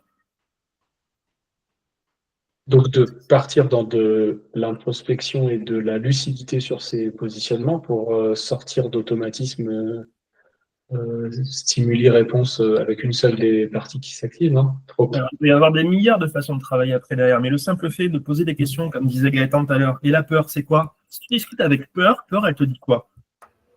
Peur, elle me dit que, c'est pur exemple, hein, c'est purement inventé. Peur, elle me dit que elle a eu un mauvais rapport avec son frère et que elle a toujours eu peur de frère. Ok, et sécurité, elle dit quoi, elle? Sécurité, elle dit que c'est quand même son frère et qu'au bout du compte, elle l'a toujours admiré aussi. Ah, ok, et toi, t'en penses quoi quand t'entends ces deux paroles? Qu'est-ce que je fais quand je pose ces questions-là? Je ne prends pas avis sur le rapport au frère, je ne suis pas en train de dire que la problématique de peur, c'est basé sur le frère. suis en train de Quand dire tu fais merci. réfléchir la personne. Exactement. C'est-à-dire que je vais juste dynamiser les deux parties et je mets en tant que médiateur, qui est le médiateur dans la négo? Est-ce que c'est le La thérapeute? personne en entier. La personne dans son entier. Exactement. C'est la personne qui est en train d'interroger les deux autres. C'est elle la médiatrice. C'est pas vous. Le thérapeute n'a rien à foutre en tant que position de médiateur dans une négo de partie. Vous n'êtes pas la personne et vous n'êtes pas son conciliéri. Vous connaissez rien d'elle. Comment vous pourriez, à un moment donné, vous positionner en tant que médiateur d'une négo de partie? Au même titre que si vous demandez à rapprocher les mains, qui est se baser dans le médiateur et dans la résolution du problème en mode bah allez, c'est bon, maintenant vous êtes toutes les deux dans la même pièce, vous résolvez le problème. Non. Au même titre que vous dites bah ça c'est l'inconscient peur et ça c'est l'inconscient sécu, puis on va voir ce qu'ils ont à se dire et puis on va les laisser faire. Quand ils auront fini, les mains vont se rapprocher et ce sera OK. Là c'est pareil. Il n'y a pas de médiateur et vous laissez la personne observatrice de deux personnifications de sa propre personnalité qui s'affirme, mais en la dissociant de ce rapport-là. Donc c'est pas bon non plus. Si vous la rendez médiatrice de cette négo de partie, vous avez bien une partie de son influence et de son interprétation d'une situation qui l'emmène vers une solution, et une autre partie qui l'emmène vers une autre. Mais ça reste elle. Si elle, vous l'emmenez en tant que médiatrice de ça, ça permet de redynamiser sa propre logique et ses propres choix en fonction d'une autre dynamique, et donc ça permet de favoriser ou non, de pouvoir choisir l'un ou l'autre, de pouvoir trouver une solution équitable pour chacun des parties. Nouvelle. Équitable pour elle au bout du compte. Est-ce que c'est plus clair ça? C'est ce qui fait la différence entre une approche PNListe, où on va venir chercher une solution dans la négo de partie, et une approche hypnose pure, où on va chercher à rendre le sujet médiateur de sa propre construction émotionnelle et cognitive. Et on ne va pas venir interférer en venant à tout prix chercher un résultat. Qu'on bosse de manière solutionniste ou qu'on bosse de manière systémique. La question, elle n'est pas là. La question est de quelle manière et comment j'oriente la construction de ma négo de partie et dans quel objectif. Est-ce que c'est plus clair, ça? Et c'est ça être pro, c'est définir ce sur quoi j'ai pas de pouvoir et définir ce sur quoi j'en ai un. Et plus qu'un pouvoir, c'est une responsabilité. Ma responsabilité, c'est de comprendre que qu'il y ait 1, 2, 17 parties, comme dans Galégos avec les 7 animaux totems, on a 7 parties différentes représentées par des animaux symboliques, ou par toute autre chose, et Galégos le dit lui-même. Ce qu'il faut voir à travers ces 7 parties, c'est pas 7 sous-structures ou 7 sous-modalités de la personne qui sont complètement dissociées de la personne. Non, c'est la personne en elle-même qui se représente 7 schématiques de points de vue qui sont chacune d'entre elles, mais en fonction de 7 typologies d'influence qui l'ont emmenée à se positionner de telle manière et qui créent des discordances dans sa construction de la pensée qu'elle devrait avoir là maintenant. Si vraiment on était dissocié pathologiquement de ces 7 parties, on se dirigerait plus vers des pathologies psychiatriques type TDI. Là, ce n'est pas le cas. On est tous construits en sous-parties, entre guillemets, qui font notre intégrité, qui font ce qu'on est nous dans notre personnalité. Donc la question n'est pas qu'elles sont dissociées, c'est au contraire de quelle manière on les associe les unes aux autres et qu'on leur donne de l'influence au même niveau chacune d'entre elles pour qu'elles puissent fonctionner. Et donc, si on reprend la question que Jérémy nous posait tout à l'heure, c'est quel était l'objectif derrière le positionnement d'une main, de l'autre main, etc. Et qu'on avait du coup trois options. La version Mathieu, je mets les deux mains, elles se démerdent, etc. L'option Cyril, je vais placer dans les mains, je vais faire le choix d'aller placer la temporalité, un axe temporel passé-futur dans les mains. L'option Gaëtan, je fais le choix d'aller interroger chaque partie, écouter chaque partie, etc. Est-ce que du coup, avec ce que Jérémy vient de nous dire, ça vous permet de davantage répondre à la question et de dire, tiens, mais entre ces 3 options-là, qu'est-ce qu'on pourrait créer? Peut-être une 4e option. Et je ne sais plus exactement la formulation que tu avais utilisée, Jérémy, mais quel est l'objectif net, l'objectif sain, et non pas en projetant les choses que l'on peut faire avec cette même chose. Tiens, je mets les deux mains l'une en face de l'autre. Comment est-ce qu'on pourrait créer une 4e solution, une 4e réponse plutôt?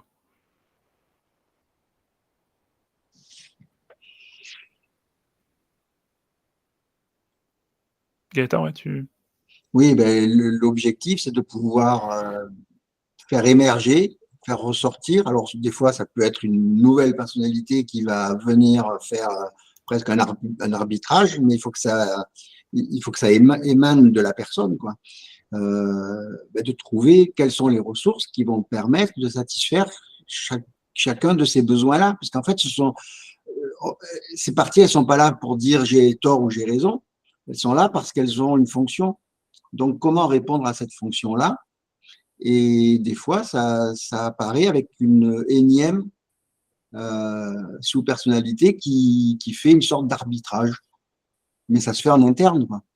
Et donc, moi, quand je fais ça, je stimule la personne en me proposant d'aller chercher les ressources nécessaires pour répondre à toutes les attentes et satisfaire chacune, en préservant l'intégrité du sujet et de sa réponse initiale qui l'a conduit à la séance.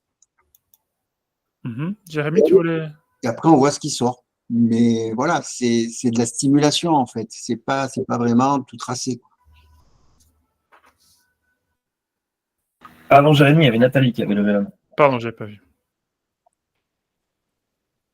Pardon, excusez-moi, je ne sais pas comment la rebaisser, là, la main, et je suis sur l'autoroute. Donc elle va rester levée, je pense. Excusez-moi. Je la baisse, pas de problème. Jérémy, du coup.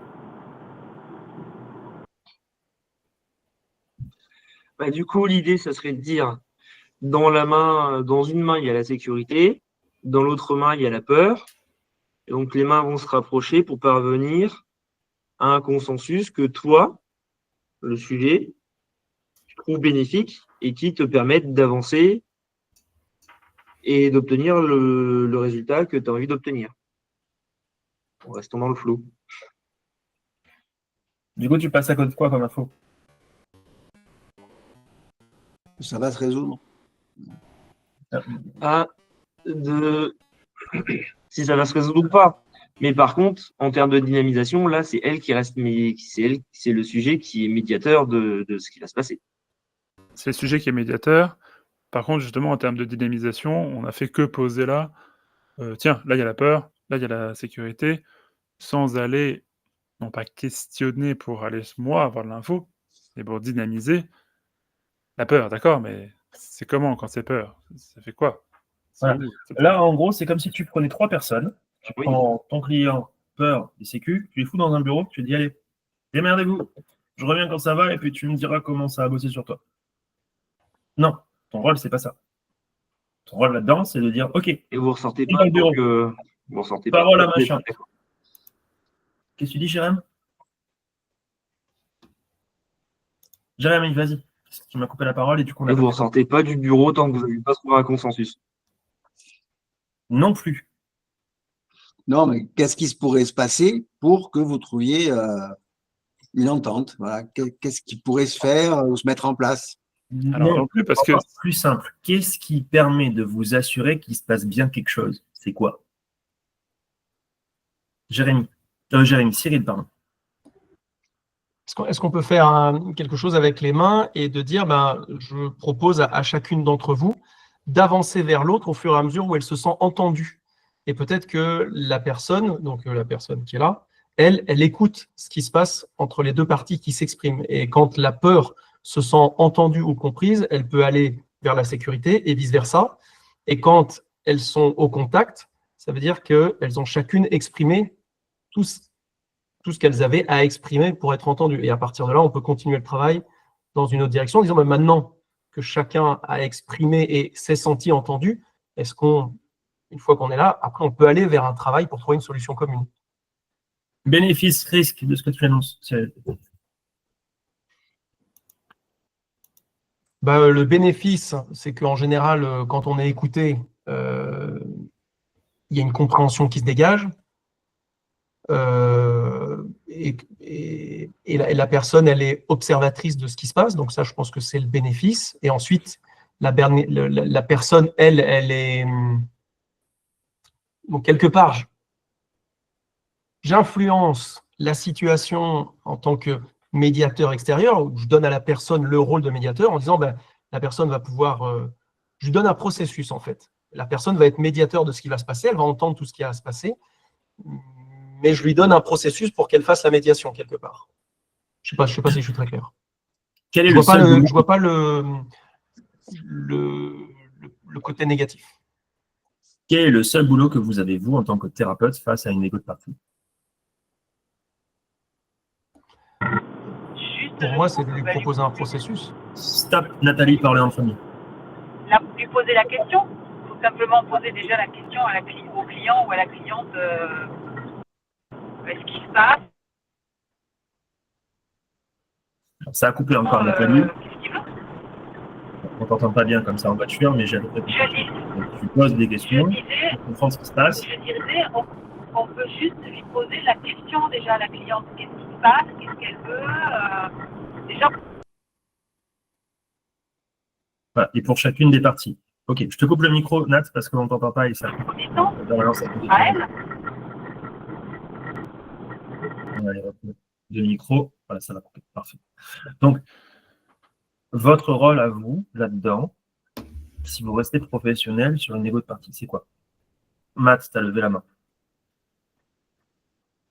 Là, j'ai l'impression qu'on est un peu collectivement dans le tunnel dans lequel je m'étais mis dans la séance on a absolument envie que les mains se rapprochent, qu'il se passe un truc, que les parties soient potes et je sais pas quoi. Alors en fait, c'est pas à nous de décider de ça. Et que notre boulot, c'est un peu plus dans la direction de permettre au sujet de s'autonomiser, peut-être de réaliser des trucs ou pas sur ce qui se passe avec cette partie, mais on s'en fout que les mains se rapprochent, quoi. C'est de redonner du pouvoir au sujet. Est-ce que notre pouvoir, avec les outils d'hypnose, c'est de dynamiser, etc. Ça peut être une conséquence. L'hypnose, il y a plein de manières de définir l'hypnose, etc. Mais on peut aussi l'utiliser comme étant, définir comme étant une réalité à côté du fonctionnement de base. Sinon, on n'aura pas besoin d'utiliser une technique. Depuis le début, on pose la question et on dit, tiens, mais ok, on met les mains comme ça et qu'est-ce qu'on fait avec? Et donc, on est tous partis à en dire, on va mettre un truc là, on va mettre un truc là, et puis on a trouvé différentes solutions, etc. Tout à l'heure, Jérémy nous parlait des engrammes, pas moteurs, émotionnels, etc., des chemins, des cheminements qui font que notre sujet, un et unique, peut prendre tel cheminement, tel autre cheminement, à partir justement de ce qu'il a appris, de ce qu'il a croisé, etc., etc. Et que du coup, c'est parti, c'est ça. C'est une personne unique qui est capable d'aller prendre inconsciemment tel ou tel cheminement. Tiens, dans tel ensemble d'informations sensorielles autour de moi, dans tel contexte, ça va être ce chemin et je suis bloqué à prendre toujours ce même chemin au lieu de pouvoir prendre un autre chemin. Pour ta dame, Mathieu, tiens, je vois un mec en soirée, je passe par le chemin, oh putain, ça fait peur. Au lieu de pouvoir passer par le chemin, tiens, et si on pouvait changer, etc., etc. Ça peut être 1000 autres chemins. Mais du coup, ce qui nous importe, si on veut faire travailler, c'est pas d'aller dire « Oh, ces chemins-là, tu sais quoi, on va les appeler peur et sécurité », se reconnaîtront qui voudra bien. C'est d'aller stimuler ces chemins. Il faut que quelque part, ces chemins-là, ils s'activent. Imaginons des petits chemins lumineux, là, des petits chemins à LED, là. Il va falloir les allumer, ces chemins. C'est pas simplement en leur disant « Oh, il y a un truc à l'intérieur de vous, on va l'appeler peur. » On ne sait pas quoi. Il y a un truc à l'intérieur de vous, on va l'appeler sécurité. Mais alors, démerdez-vous pour savoir quoi. Notre travail à nous, il réside presque dans ce qui se passe avant que les mains fassent des choses. C'est dire, tiens, main gauche. Main gauche, on va aller créer un petit monde là. Et dans ce petit monde-là, il y a, vous savez, ces moments dans lesquels on va chercher à l'immerger, on va chercher à les réveiller, cette émotion et cette peur. Vous avez tous bossé, enfin nombreux à bosser sur le Y7, etc. Ce qu'on cherche à faire avec un Y7, entre autres, c'est aller faire une stimulation émotionnelle, c'est aller réveiller un fonctionnement. L'autre côté, sécurité, et c'est l'un des tout premiers trucs que tu as dit, Mathieu, je ne sais plus ta formulation exacte, tu as dit, ouais, il y a elle rapporte deux sensations, une sensation de peur, une sensation de sécurité, etc. C'est peut-être pas tout à fait cette formulation que tu avais utilisée, mais ok, il faut réveiller ces trucs-là. Il faut que ce soit ces trucs-là Ben oui. puisse travailler, et non pas nous qui allons poser un nom, un mot dessus, ni non plus que ce soit, tiens, bah, par contre, j'ai besoin de savoir d'où ça vient, en tant que tel. Bah, parce que, tiens, est-ce que ça m'arrange de savoir que peur, ça vient de ça, de ça, de ça, que j'ai eu peur là, j'ai eu peur là, j'ai eu peur là, c'est mon frère, c'est machin, c'est truc, c'est autre chose. On va dire, nous, on s'en fout de le savoir. Par contre, il faut que tous ces éléments-là, ils soient allumés, comme des pistes d'atterrissage, quoi. Et ensuite, là, on peut laisser travailler. Et à ce moment-là, on n'a pas besoin de savoir, de dire si elles doivent se rapprocher, s'éloigner, créer quelque chose, etc. Reste la question, on veut garder l'intégrité de la personne, une et unique, permettre à des chemins, dire, on a allumé plusieurs chemins, regardez, en fait, on a le choix, on peut se poser sur la piste A ou sur la piste B, en fait, on peut choisir, et pas toujours sur la même. Reste à voir comment est-ce qu'on maintient cette intégrité de la personne. Comment est-ce qu'on fait en sorte que ce soit ni juste une prophétie, et à la fin, tout le monde sera réuni et ce sera beau, ni non plus un « oh bah démerden Sie sich, on va laisser travailler, moi je reviens, je vais me faire un café », mais un truc dans lequel la personne choisit, fait cette médiation, et non pas nous-mêmes. C'est exactement ça. Vous êtes là pour allumer des pistes. Quand je dis dans cette main, il y a peur, dans cette main, il y a sécu, mon objectif, à moi en tant que thérapeute, c'est de stimuler mon sujet à comprendre ce qui se passe quand il se focalise sur peur. Ok, non, il y a peur là, il y a sécu là. Regarde peur. C'est bon? Je regarde bien? Ok. Qu'est-ce que tu as envie de lui demander à peur? Qu'est-ce que tu as envie de lui dire? Il ne sait pas. Ok, bah, commence par lui dire bonjour. Bonjour. Il va être aussi stupide que ça. Qu'est-ce que vous faites quand vous lui dites de dire bonjour à peur? Vous focalisez toute son attention sur peur. Neuropsychologiquement, vous éveillez la totalité des choses que ce mot-là provoque en elle, en termes d'émotion, en termes de conscientisation, en termes de construction du langage, en termes de construction de l'état comportemental. C'est tout ça que vous stimulez, parce que vous le focalisez sur peur, et tout ce que peur allume dans sa tête. Quand ensuite vous focalisez sur sécurité, c'est la même chose avec sécu. Vous allumez toutes les pistes, tout ce qui s'allume grâce au mot sécurité. Et une fois que tout est allumé, c'est comment je garde les deux pistes allumées. Et comment dans les deux pistes allumées par rapport au contexte dans lequel je me suis allumé et que il y a peur et sécurité qui sont détachées, comment j'arrive pas à faire mon choix entre les deux. Mais maintenant que j'ai les deux pistes allumées, je comprends mieux pourquoi j'arrive pas à faire ce choix et comment je peux le reconstruire. C'est mon sujet qui le fait, c'est pas le thérapeute. Le thérapeute, il est juste là pour allumer les pistes. Vous pouvez mettre peur là et sécu là et demander aux mains qui se rapprochent pour qu'il se passe quelque chose, vous ne saurez jamais quelle piste a été réellement allumée, quelle piste a été complètement éteinte et qu'est-ce qui s'est vraiment joué. Au même titre que si vous les laissez discuter dans un bureau, vous ne saurez jamais s'ils ont vraiment discuté. S'il faut à la fin, ils vont vous dire on s'est mis d'accord. Sauf que vous ne savez pas s'ils ont exploité la totalité des spectres qui se rattachent à peur et sécu. Votre objectif à vous, c'est d'être dans la salle et de vous assurer que tout le monde parle. Est-ce que c'est un peu plus clair, ça? Et que tout le monde parle, pas de savoir ce qu'ils racontent. C'est ça. Pas de dire à leur place. Et ça me fait toucher du doigt la nuance de peut-être que j'avais de façon un peu floue en tête, c'est la distinction entre bosser clean et bosser flou. Genre, j'ai pas besoin de connaître les secrets les plus sombres des personnes avec qui je vais pratiquer. J'ai juste besoin de m'assurer que le processus leur est... Enfin, que les planètes sont alignées dans leur sens et le reste, ça me regarde pas, mais si ça me regarde tellement pas que je suis pas dans la pièce, comme vous dites, et juste pour... parce que ça me revient, et prêcher un peu pour ma paroisse, ça me revient que quand même, avant, dans la discussion, il y a eu des éléments émotionnels, notamment sur la sécurité, où en échangeant avec elle, elle me disait, ouais, la sécurité, c'est comment? Où est-ce que tu la ressens? Elle l'a ressenti, elle a pu la faire monter. Et la peur, c'était suffisamment spontané quand elle m'en parlait. Ça se voyait quand même un peu. Donc, je me rappelais pas, mais j'avais fait un peu d'analyse du comportement sans m'en rendre compte. Et effectivement, a posteriori, je dis alors des briefs et tout. Elle me dit, ouais, quand il y a eu la sécurité dans la première main, je l'ai ressenti, voilà. Et la peur, elle dit, la peur, même avant que tu le dises, elle s'est directement pointée dans la seconde main.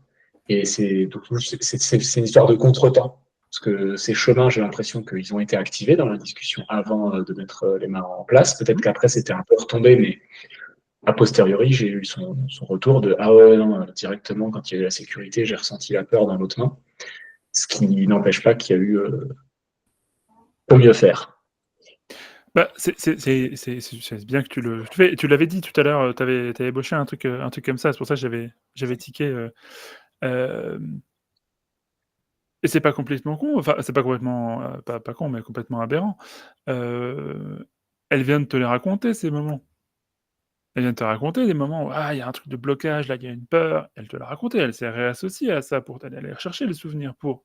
Donc, quand, 5 minutes après, tu dis, ah, ok, il y a une partie qui peur, bah, les souvenirs, ils sont pas loin, ils sont encore présents. C'est assez facile d'avoir. Moi, je le vois plutôt comme étant, tiens, je mets la main ici, je m'en s'en fous de la main. C'est pas que j'allais poser une boule de cristal ici. Moi, je le vois plutôt en mode, ok, il y a un câblage là, hop, et je vais aller prendre ce chemin-là, et là, dans ce chemin-là, on va faire jouer les allers-retours de peur, et là, on va faire jouer les allers-retours de sécurité. Par contre, effectivement, et encore une fois, comme dans le Y7, il y a une question de tempo, il y a une question de timing. Si après avoir dit, waouh, on va aller monter, on va faire monter un peu les œufs en neige, là, on va aller mettre de l'émotion, bien de la sécurité d'un côté, tu la sens bien la sécurité là, ok, elle est cool, elle est comme ça, etc. Ouais. Puis là, c'est la peur, ok, waouh, oui, j'ai déjà le palpitant qui s'agite quand j'ai juste cette peur-là dans la main. Si derrière, elle fait, et maintenant, le grand confort de la négociation dans lequel tout le monde va trouver sa place gentillette. J'exagère, je sais que tu l'as pas fait comme ça, Mathieu. Bah, on calme tout le monde. Ouais, oui, bon. Bon, en fait, on va faire un petit pique-nique, on va pas aller faire une négo. Et donc, il y a ce côté-là, si on dit, imaginez une guerre qui commencerait et on dirait, ah ouais, ok, on va faire la guerre, mais vous en faites pas. À la fin, on sera tous très très potes. Et puis à la fin, tout ce qui a été détruit, ce sera reconstruit. C'est un peu con de se lancer à faire la guerre, en fait. Alors, c'est con de se faire la guerre de manière générale. Oui. Mais là, on veut maintenir, et donc on a aussi une notion, comme dans le Y7, de jouer sur le timing. Il faut être un petit peu un timing, d'aller réveiller des fois des parties, et pas hésiter à aller réassocier, mettre en pause. Attends, pause là, qu'est-ce qui se passe là? Si on voit que la personne sort de quelque chose, voire d'aller refaire des contrôles réguliers, ok, alors ça en est où?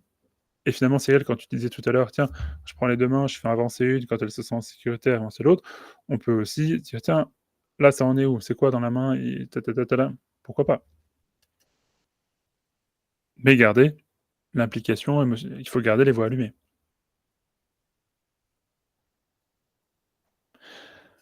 Reste la question que je disais tout à l'heure, comment est-ce qu'on fait pour que ce soit le sujet dans son sujet 1 et unique, dont les voix sont allumées? Comment on fait pour que ce soit lui qui soit moteur de cette négociation, lui qui soit il me manque le mot, l'intermédiaire, quoi. L'auteur. Parce que le moteur, l'auteur. L'auteur, oui, enfin le tampon entre les deux, qui va aller, le médiateur, merci. Sans que ce soit nous qui prenions ce rôle. On a plutôt l'habitude d'avoir lorsqu'on fait ça, un truc, c'est moi qui parle, c'est le sujet qui dit rien. C'est difficile comment est-ce qu'on fait pour ne pas être négociateur? Et comment est-ce qu'on pourrait mettre le sujet? Et c'est une question que je vous pose. Comment est-ce qu'on pourrait faire en sorte d'être sûr que ce soit le sujet qui reste dans cette position de médiateur?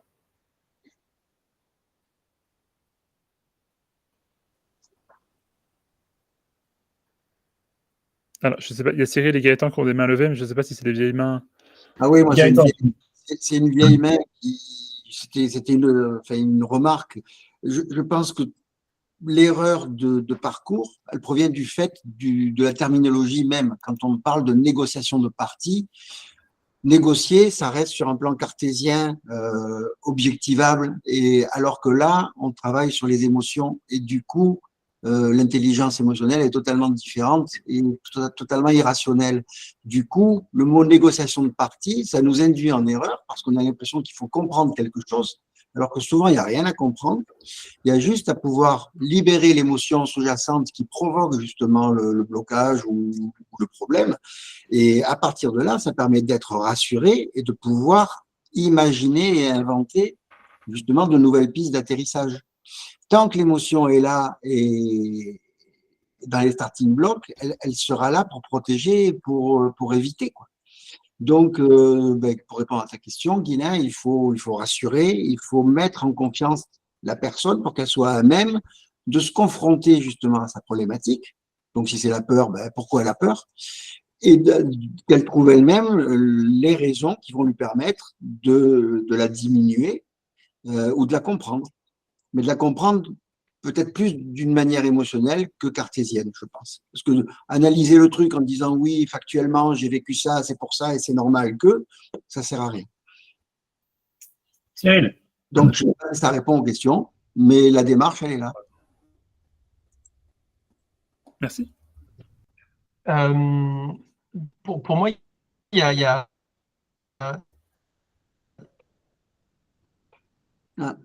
y a deux choses dans le comment il y a le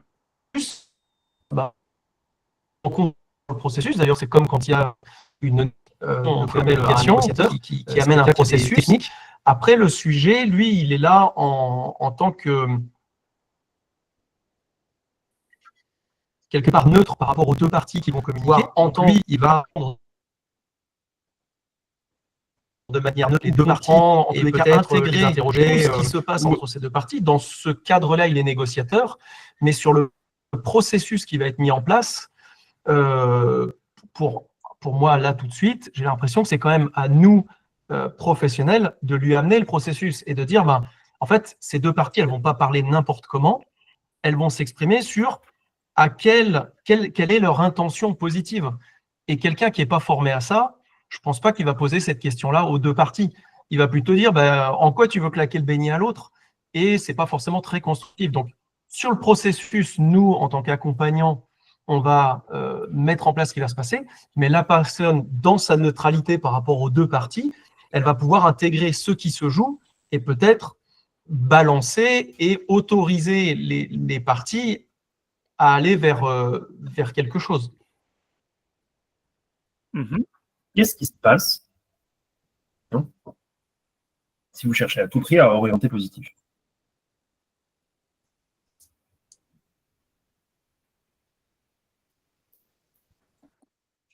Je pense que le but, c'est pas que ce soit positif. Le but, c'est que la personne réalise et découvre en elle justement cette part, peut-être des fois c'est une part d'ombre, et qui émerge à ce moment-là. Donc, ce qu'il faut, c'est qu'elle puisse la reconnaître et l'admettre.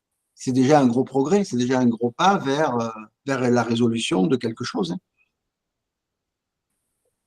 Cyril. Mathieu d'abord. Pour moi, pour répondre à la question de Guilain, c'est plutôt la réponse qui n'est pas bateau, mais le cadre, c'est d'être plus clean et de questionner le sujet et son expérience pour favoriser l'introspection et l'exploration de ses parties et de ce dont elles ont questionné ses besoins, plutôt que de faire des projections et de se dire il faut qu'il se passe ci, qu'il se passe ça, je veux savoir l'intention positive d'une partie. C'est nous qui le supposons, en fait, on n'en sait rien. Si ça se trouve, il y a une partie qui a besoin pendant un temps de claquer le beignet à l'autre, et ça, c'est le sujet qui le sait, c'est pas le praticien. Ok, Mathieu. Cyril. Je ne sais pas si c'est... j'ai pas d'intention positive pour la solution qui va être trouvée pour le sujet, mais c'est vrai que je pars d'un prérequis que ces deux parties-là sont au service de la personne, et peut-être que ce n'est que ma projection sur ce que veulent les parties, mais j'ai l'impression, en tous les cas, ma croyance, c'est peut-être une croyance, c'est que chaque partie veut le meilleur de l'autre, veut le meilleur pour le sujet en lui-même. Après, ils le veulent d'une autre façon, peut-être que c'est complètement biaisé, mais c'est vrai que je pars du prérequis que la partie, elle vaut le meilleur. Et quel est le problème de ça? Je pense que si à un moment donné, la partie, elle veut faire du mal à la personne, alors on est dans un cadre psychiatrique et c'est plus de mon ressort. Il manque une donnée dans ce que tu dis.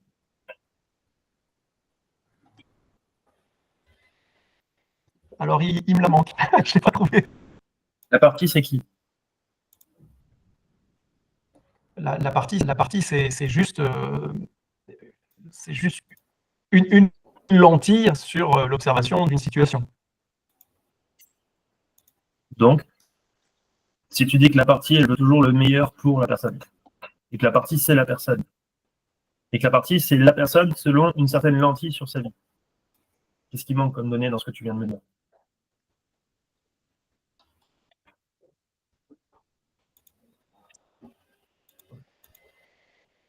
Je vois pas.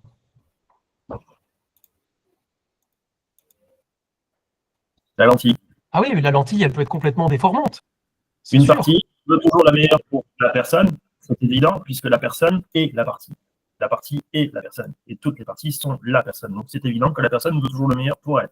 Ce qui va faire qu'elle va choisir plutôt une partie qu'une autre dans son expression, c'est le contexte qui va influencer vers une de ces parties, qui va influencer vers une de ses décisions, plus que de parties, vers une de ses constructions, de ses schémas intellectuels, plutôt vers ce schéma intellectuel-là, soit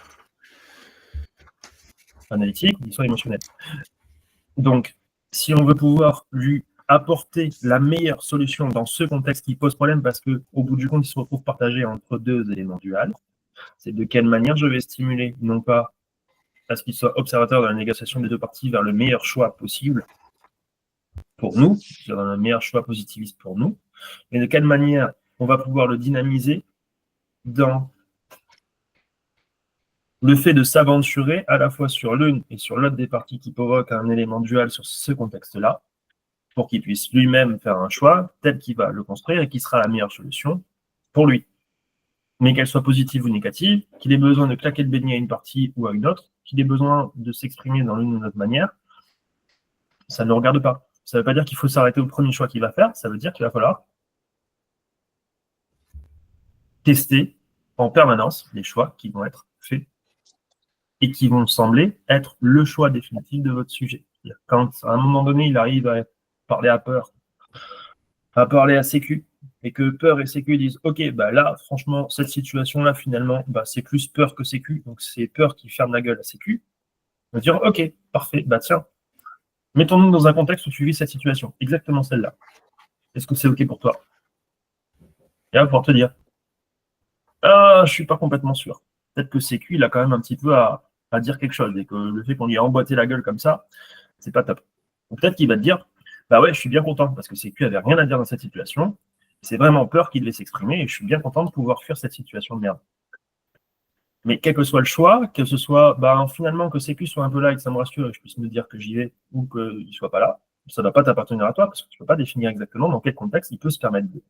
Et si tu l'influences à pouvoir te dire bah non, fais pas complètement fermer, claquer à le beignet à sécu, et peur, laisse-lui un peu de la place quand même, alors que lui avait fait le choix de complètement la faire taire, tu viens peut-être de passer à côté du choix qui, pour lui, lui paraît le plus bénéfique pour lui, c'est-à-dire de faire taire sécu. Et en tant que tel, je pense que le meilleur moyen de garder la personne, donc pour répondre à ma question tout à l'heure, garder la personne au centre de ce rôle de médiateur, c'est la dynamisation.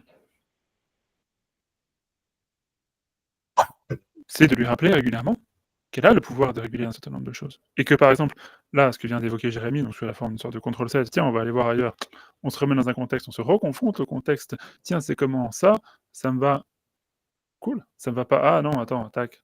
Bah, à qui ça va? Ça va à la personne dans la globalité. Donc,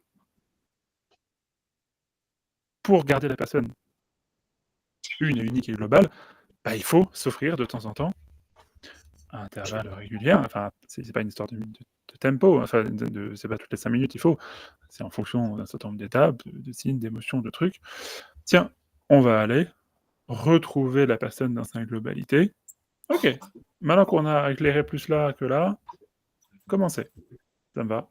Cool, ça me va pas. Là. Tiens, dans une autre situation, ça me va pas. Donc la dynamisation, avec ces histoires de contrôle 7, ce qu'on n'a pas l'habitude de placer dans une négociation des parties, où on dit tiens, mets la main là, poup, poup, poup, poup, elles se sont retrouvées, et maintenant projette-toi dans le futur, à quel point ce futur est merveilleux. Non. Ok, mets les mains là, ok, elles travaillent, tic-tac, tiens, on va se projeter là, pause. Maintenant qu'elles ont commencé à bosser, tac, on va aller voir là-bas, tiens, on revient, tiens, on va aller voir là-bas, tiens, on revient, on continue à bosser, tiens, maintenant qu'on a vu qu'il fallait un peu plus. Et peut-être simplement aussi, Cyril, sur, tu parlais de l'intention positive de chaque partie. Elles veulent le meilleur pour la personne. Oui, alors il y a toujours, on peut probablement toujours s'amuser à aller valider cette phrase-là. Oui, mais avec un certain prisme. Quelqu'un qui aurait été, depuis l'enfance, éduqué dans un modèle dans lequel il n'a pas de valeur, dans lequel, par carence affective, violence, machin, etc., il n'a pas de valeur. Ouais, il y a une partie, le mieux pour elle, c'est de disparaître. C'est d'arrêter la souffrance. Alors, ok, ouais, il y a une partie qui veut le meilleur. Bon, ça ne nous appartient pas à nous de dire que mettre fin à son existence est bien ou pas bien. Ouais. Par contre, on a bien conscience, dans mon cas, certes un peu extrême, mais que est-ce que cette partie qui veut le meilleur, est-ce qu'elle a vraiment les choses correctement? Plutôt que positif, j'aime bien le terme de légitime. Les parties sont légitimes à s'exprimer. Et que notre rôle à nous, on disait, c'est d'être dans la pièce, et c'est de s'assurer que toutes les personnes, toutes les parties, prennent la parole, pas ce qu'elles vont dire. Et c'est juste que s'il y a une partie qui dit moi je pense que, et que les autres font ta gueule, bah il y en a là, il a le droit de s'exprimer. Dans ce moment-là, et cette négociation des parties, c'est aussi un terme expérientiel, hein, c'est un laboratoire dans lequel les possibles sont différents. Et bah, ok, toutes les parties ici sont légitimes à s'exprimer. Peut-être qu'elles vont dire de la merde, peut-être qu'elles vont dire des choses à partir de fondements qui sont pas bons, mauvais, nocifs, toxiques. Mais elles sont légitimes à être entendues, parce que si elles ne sont pas légitimes, bah, elles vont aller faire un travail de sape au quotidien, etc. Donc plutôt qu'une histoire de blocage, de dire il y a un truc, il y a uniquement un truc caché qui doit montrer, ou juste une histoire de l'autre sens, d'être tout est positif, un entre-deux, de dire il y a différents cheminements qui sont venus de différentes parties. Si la personne dont je parle depuis un moment en disant elle a grandi dans un environnement toxique et compagnie, qu'elle était toujours dans son environnement toxique, que c'était toujours la norme absolue pour elle, il n'y aura pas de conflit. Un conflit viendrait parce que, je sais pas, elle est allée à l'école, machin, elle découvre d'autres personnes, elle dit c'est possible que ce soit différent. À ce moment-là, on a deux cheminements. Je vaux rien, je vaux tout. Enfin, je vaux tout, non, j'ai une certaine valeur plutôt. Les deux, il peut y avoir à ce moment-là un blocage, qui a l'air d'un blocage, mais c'est pas un blocage, c'est juste c'est pas le bon chemin, j'ai pas l'habitude de ce chemin-là, il faut légitimer, pardon, pour le coup dans le micro, il faut légitimer que ce soit un autre chemin qui puisse être celui qui s'exprime, tout en la gardant elle au centre, cette personne, et donc en la faisant des allers-retours, de dynamisation. Ok, on a donné un peu plus la parole à celle-là, tiens, allons voir ce que ça donne. Tiens, allons voir. Alors, clairement, ça complexifie à fond ce qu'on fait, et c'est sûr que, tiens, mets ta main là, moi je vais me faire un café pendant que ça se rapproche, c'est quand même vachement plus simple. Mais est-ce que notre métier, c'est de faire des choses simples? Je ne crois pas. Est-ce que pour autant, il y a des jours où on n'a pas l'énergie, pas la ressource, pas le truc, on se rend compte qu'on a foiré le truc? Est-ce que pour autant, on fait du mal si on fait juste allez, mets les deux parties, laisse-les travailler, etc. Elles vont bien finir par se rapprocher à un moment ou pas, on s'en fout, etc. Eh bien, j'en sais rien. Si par contre je me rends compte qu'à un moment, j'avais pas l'énergie pour contrôler les éléments, tu dis qu'à la fin de la séance, ok, il s'est passé un truc, mais je sais pas quoi, il faut que ce soit à minima un argument pour dire, attends, je vais pas laisser partir cette personne complètement dans la nature sans savoir l'impact de ce qui s'est passé. Là, j'ai pas le temps parce que j'ai un rendez-vous suivant où j'ai les gosses à chercher à la crèche. Bah, par contre, je vais, c'est ce que je disais avant, aller utiliser la temporalité. Tiens, on se revoit dans X temps pour gagner de l'info sur ce qui s'est passé, c'est-à-dire remettre la personne au centre. Tiens, je la remets dans sa vie, je la laisse refonctionner, et je regarde ce que ça donne. C'est peut-être moins élégant que tout contrôler dans l'instant T, mais c'est faisable aussi. Parce que bien sûr que nous autres humains, même tout pro que nous sommes, on a des jours avec et des jours sans. Et donc, il ne faut pas que ce soit je fais plus rien, je me lance plus parce que là, je me sens pas de gérer un truc aussi compliqué que tout ça. Donc, même si on est allé monter là aujourd'hui sur des niveaux d'exigence, il faut connaître ça, il faut avoir ça, il faut avoir ça, etc. Comme tous les apprentissages que l'on est tous en train de faire, etc., il faut que ça reste des choses sans enjeu. Bien sûr qu'il y a de l'enjeu, il ne faut pas que cet enjeu soit étouffant et nous empêche de faire. Enfin, je pense. C'est très juste ce que dit Guilain. Et puis, de toute façon, travailler éthiquement, c'est ça aussi. C'est travailler en étant prêt à assumer et à prendre la responsabilité de tout ce que l'on fait. Si vous décidez que vous n'avez pas la force de pouvoir travailler à cet instant précis de manière aussi pointue et approfondie, c'est OK, à condition que vous trouviez une situation pour pouvoir travailler de manière tout aussi responsable dans ce que vous mettez en place. Et de dire, effectivement, avec humilité, OK, on n'a pas fini de travailler là, les mains se sont rapprochées, il s'est passé un truc, OK, vous me dites qu'il s'est passé un truc pour vous, ça marche. Maintenant, on va voir ce qui va se dérouler dans les prochains jours. Donc, on va se revoir. Voilà. C'est savoir à un moment donné dire, il y a du flou, il y a de l'incertitude dans mon travail. Je n'ai pas les moyens de pouvoir éclaircir ce flou à cet instant précis, mais j'ai compris dans mon travail que je sais analyser le pourquoi j'ai fait ça, dans quel objectif je l'ai fait et de quelle manière je l'ai construit, pour me dire, j'ai laissé volontairement ce flou-là, pour telle ou telle raison, je ne suis pas capable de pouvoir le lever parce que j'en ai pas les compétences, ou je suis trop fatigué ou trop pressé par mon temps pour pouvoir les lever à cet instant, et le cas est trop complexe, et de pouvoir faire le choix pertinent d'à ce moment-là répercuter le travail dans la temporalité. Et c'est ça, travailler le plus responsable et éthique. Parce que là où, moi, je rajouterais un petit truc, c'est que on bosse avec des humains et qu'on est des professionnels et qu'on n'est pas là pour faire les choses à moitié. Votre boulanger, quand vous allez acheter votre pain tous les jours chez lui, s'il vous dit, bah, je suis désolé, j'ai eu un contretemps, j'ai pas eu le temps de faire du pain, ben, il n'a pas acheté le pain chez lui, parce qu'il n'a pas de pain. Et c'est que du pain. Ce que vous attendez, c'est qu'il y ait une régularité et une exigence dans son travail qui lui permettent de toujours vous fournir le pain que vous aimez et qui fait que vous allez chez lui. Ben, c'est un peu la même chose pour vous. Vous êtes des professionnels. Et quand les gens viennent vous voir, ils s'attendent à pouvoir avancer sur leurs problématiques. Certaines viennent même vous voir en voyant un résultat. Ce qu'on a déjà dit, si on touche à la complexité de l'humain, c'est justement de ne pas rentrer dans le piège d'aller à tout prix fournir du résultat, quels que soient les dangers que l'on prenne pour lui. Ça, c'est important à pouvoir comprendre. Vous êtes face à des humains avec leur complexité, leur singularité. Ça vous demande à vous de pouvoir travailler et avec humilité, mais aussi avec la même exigence que ce qui est nécessaire pour pouvoir comprendre leur singularité et leur complexité et savoir ce que vous êtes capable de fournir en fonction des compétences actuelles, présentes et ponctuelles que vous êtes prêt à fournir.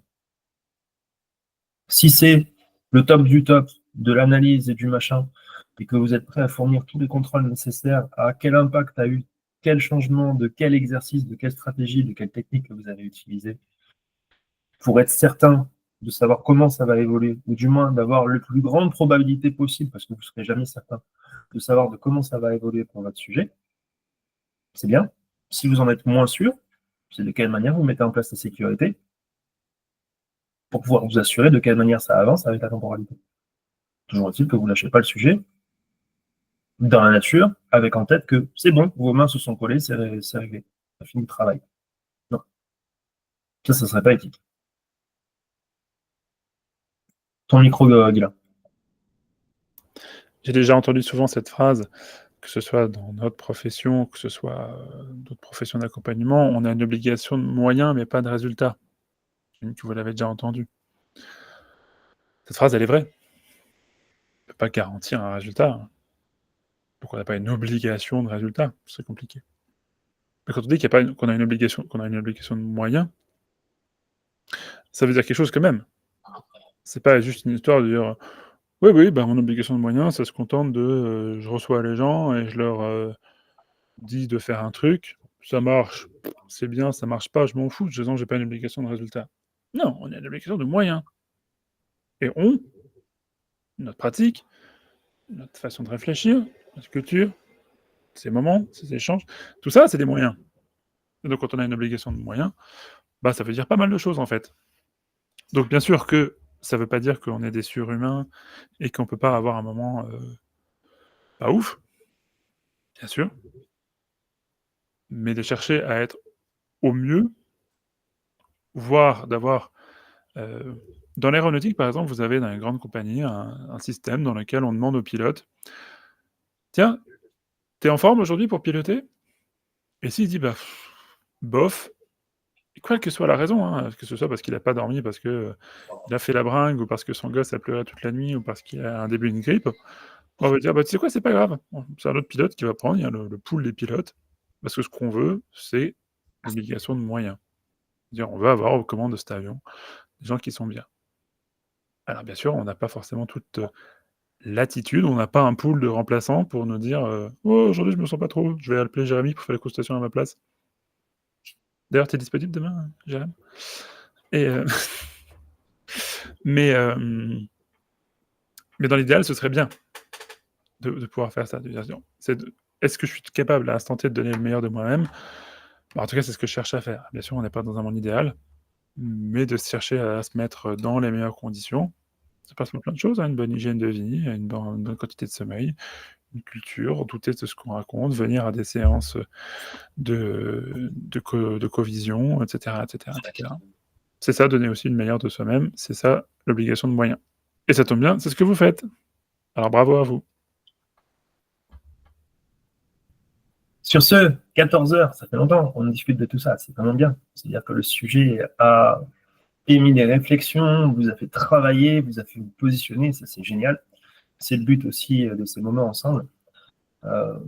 Pour rejoindre Guilain, bravo, effectivement, vous êtes là, vous revenez sur les rendez-vous, c'est monstre que vous avez envie de progresser. C'est pas le cas de tout le monde, c'est que vous comprenez aussi cette obligation de moyens qu'on a, de pouvoir être au mieux que ce qu'on peut être tous les jours, et de pouvoir continuer à avancer vers l'excellence de notre pratique. Bravo. On va mettre quand même un petit arrêt à ce moment qu'on vient de passer ensemble. Je pense que les cerveaux chauffent quand même déjà pas mal. Juste un petit tour de table pour savoir si vous avez des questions encore sur ce que l'on vient de dérouler et sur ce que ça vous a apporté de travailler sur ça aujourd'hui. Ça marche? On commence avec Asia. Merci déjà. Merci beaucoup Mathieu d'avoir. C'est pas une posture facile. c'est toujours nous, on a le bon rôle, on est en train d'observer, machin et tout. Mais c'est cool, vraiment. Merci d'avoir partagé la séance avec nous. Et ben finalement, je suis ravie d'avoir revu encore une deuxième fois sur un deuxième live la négo de partie. On a toujours des choses à apprendre, donc merci. Voilà pour moi. Gaëtan. Non, toujours aussi intéressant, les échanges, les partages, les visions et comment chacun appréhende la même chose. Donc, ça permet de réfléchir, de se repositionner, de se remettre en question. Et puis, c'est le but. Non, c'est très bien.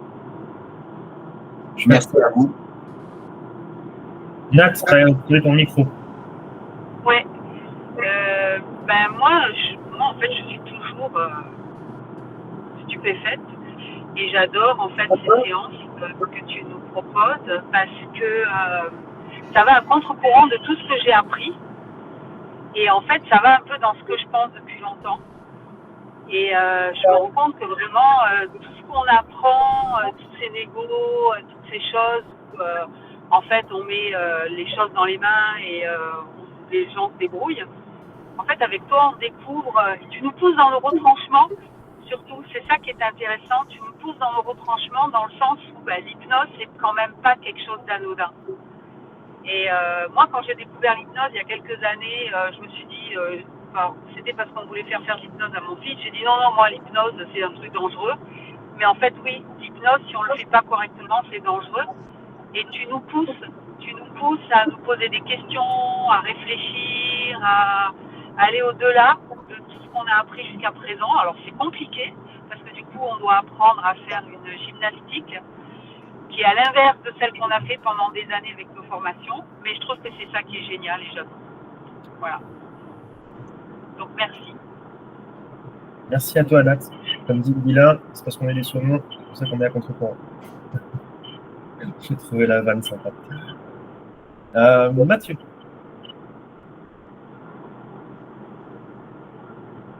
Nathalie, est-ce que le micro c'est cool. Non, moi, je suis content d'avoir pu partager la séance, d'avoir pu la faire, parce que c'est pas tous les jours que je me bougeais pour faire des séances jusqu'à présent.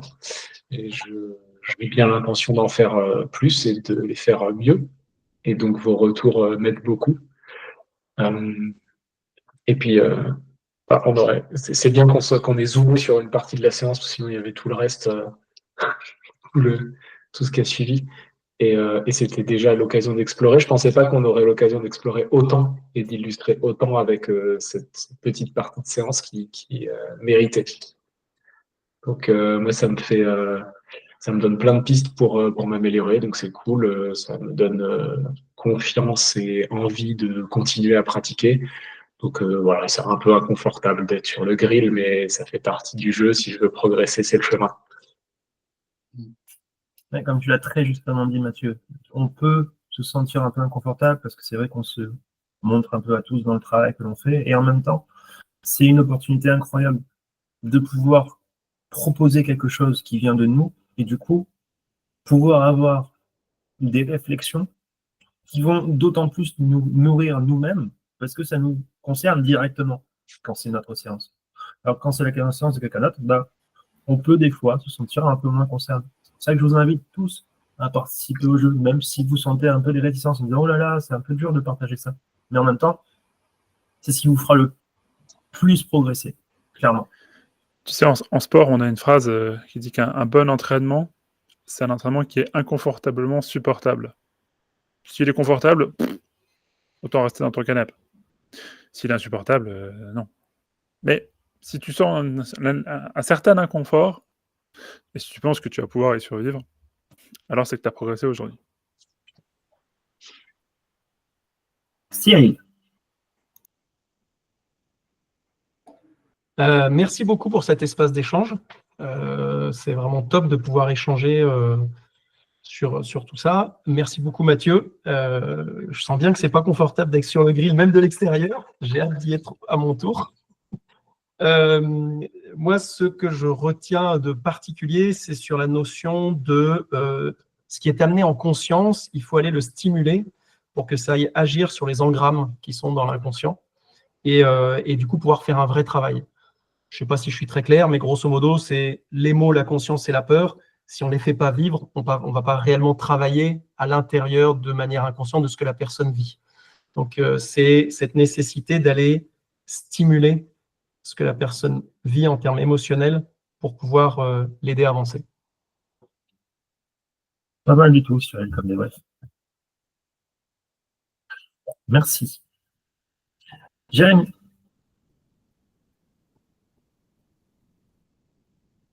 Ton micro, Jérémy. Tout d'abord, merci Mathieu pour cette belle séance. Oui, c'est toujours le problème de latence. Et c'est vrai que là, on s'est bien focalisé sur la négociation de parties pour une seconde fois. Et tout comme Assia, j'ai vraiment appris plein de choses encore.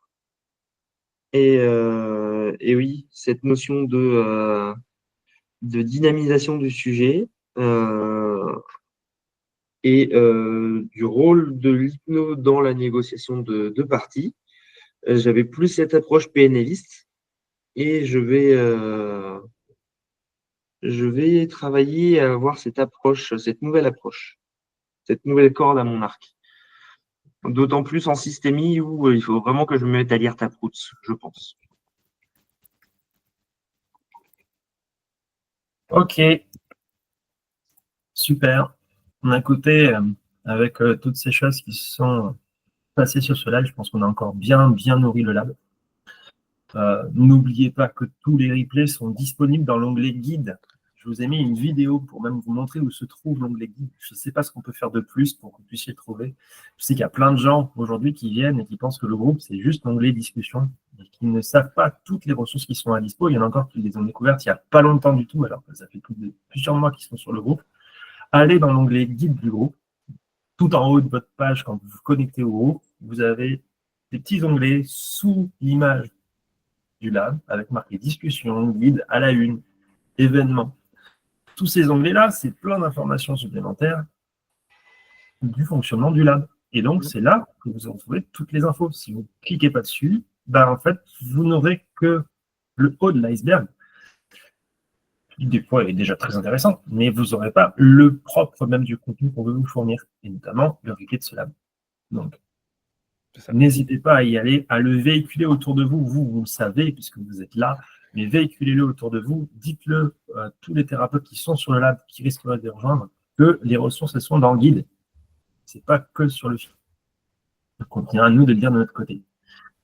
Voilà pour ce lab. C'était super cool. Il sera dispo en replay d'ici, je pense, 2 heures, le temps de le télécharger et de le reposter. Et puis, voilà.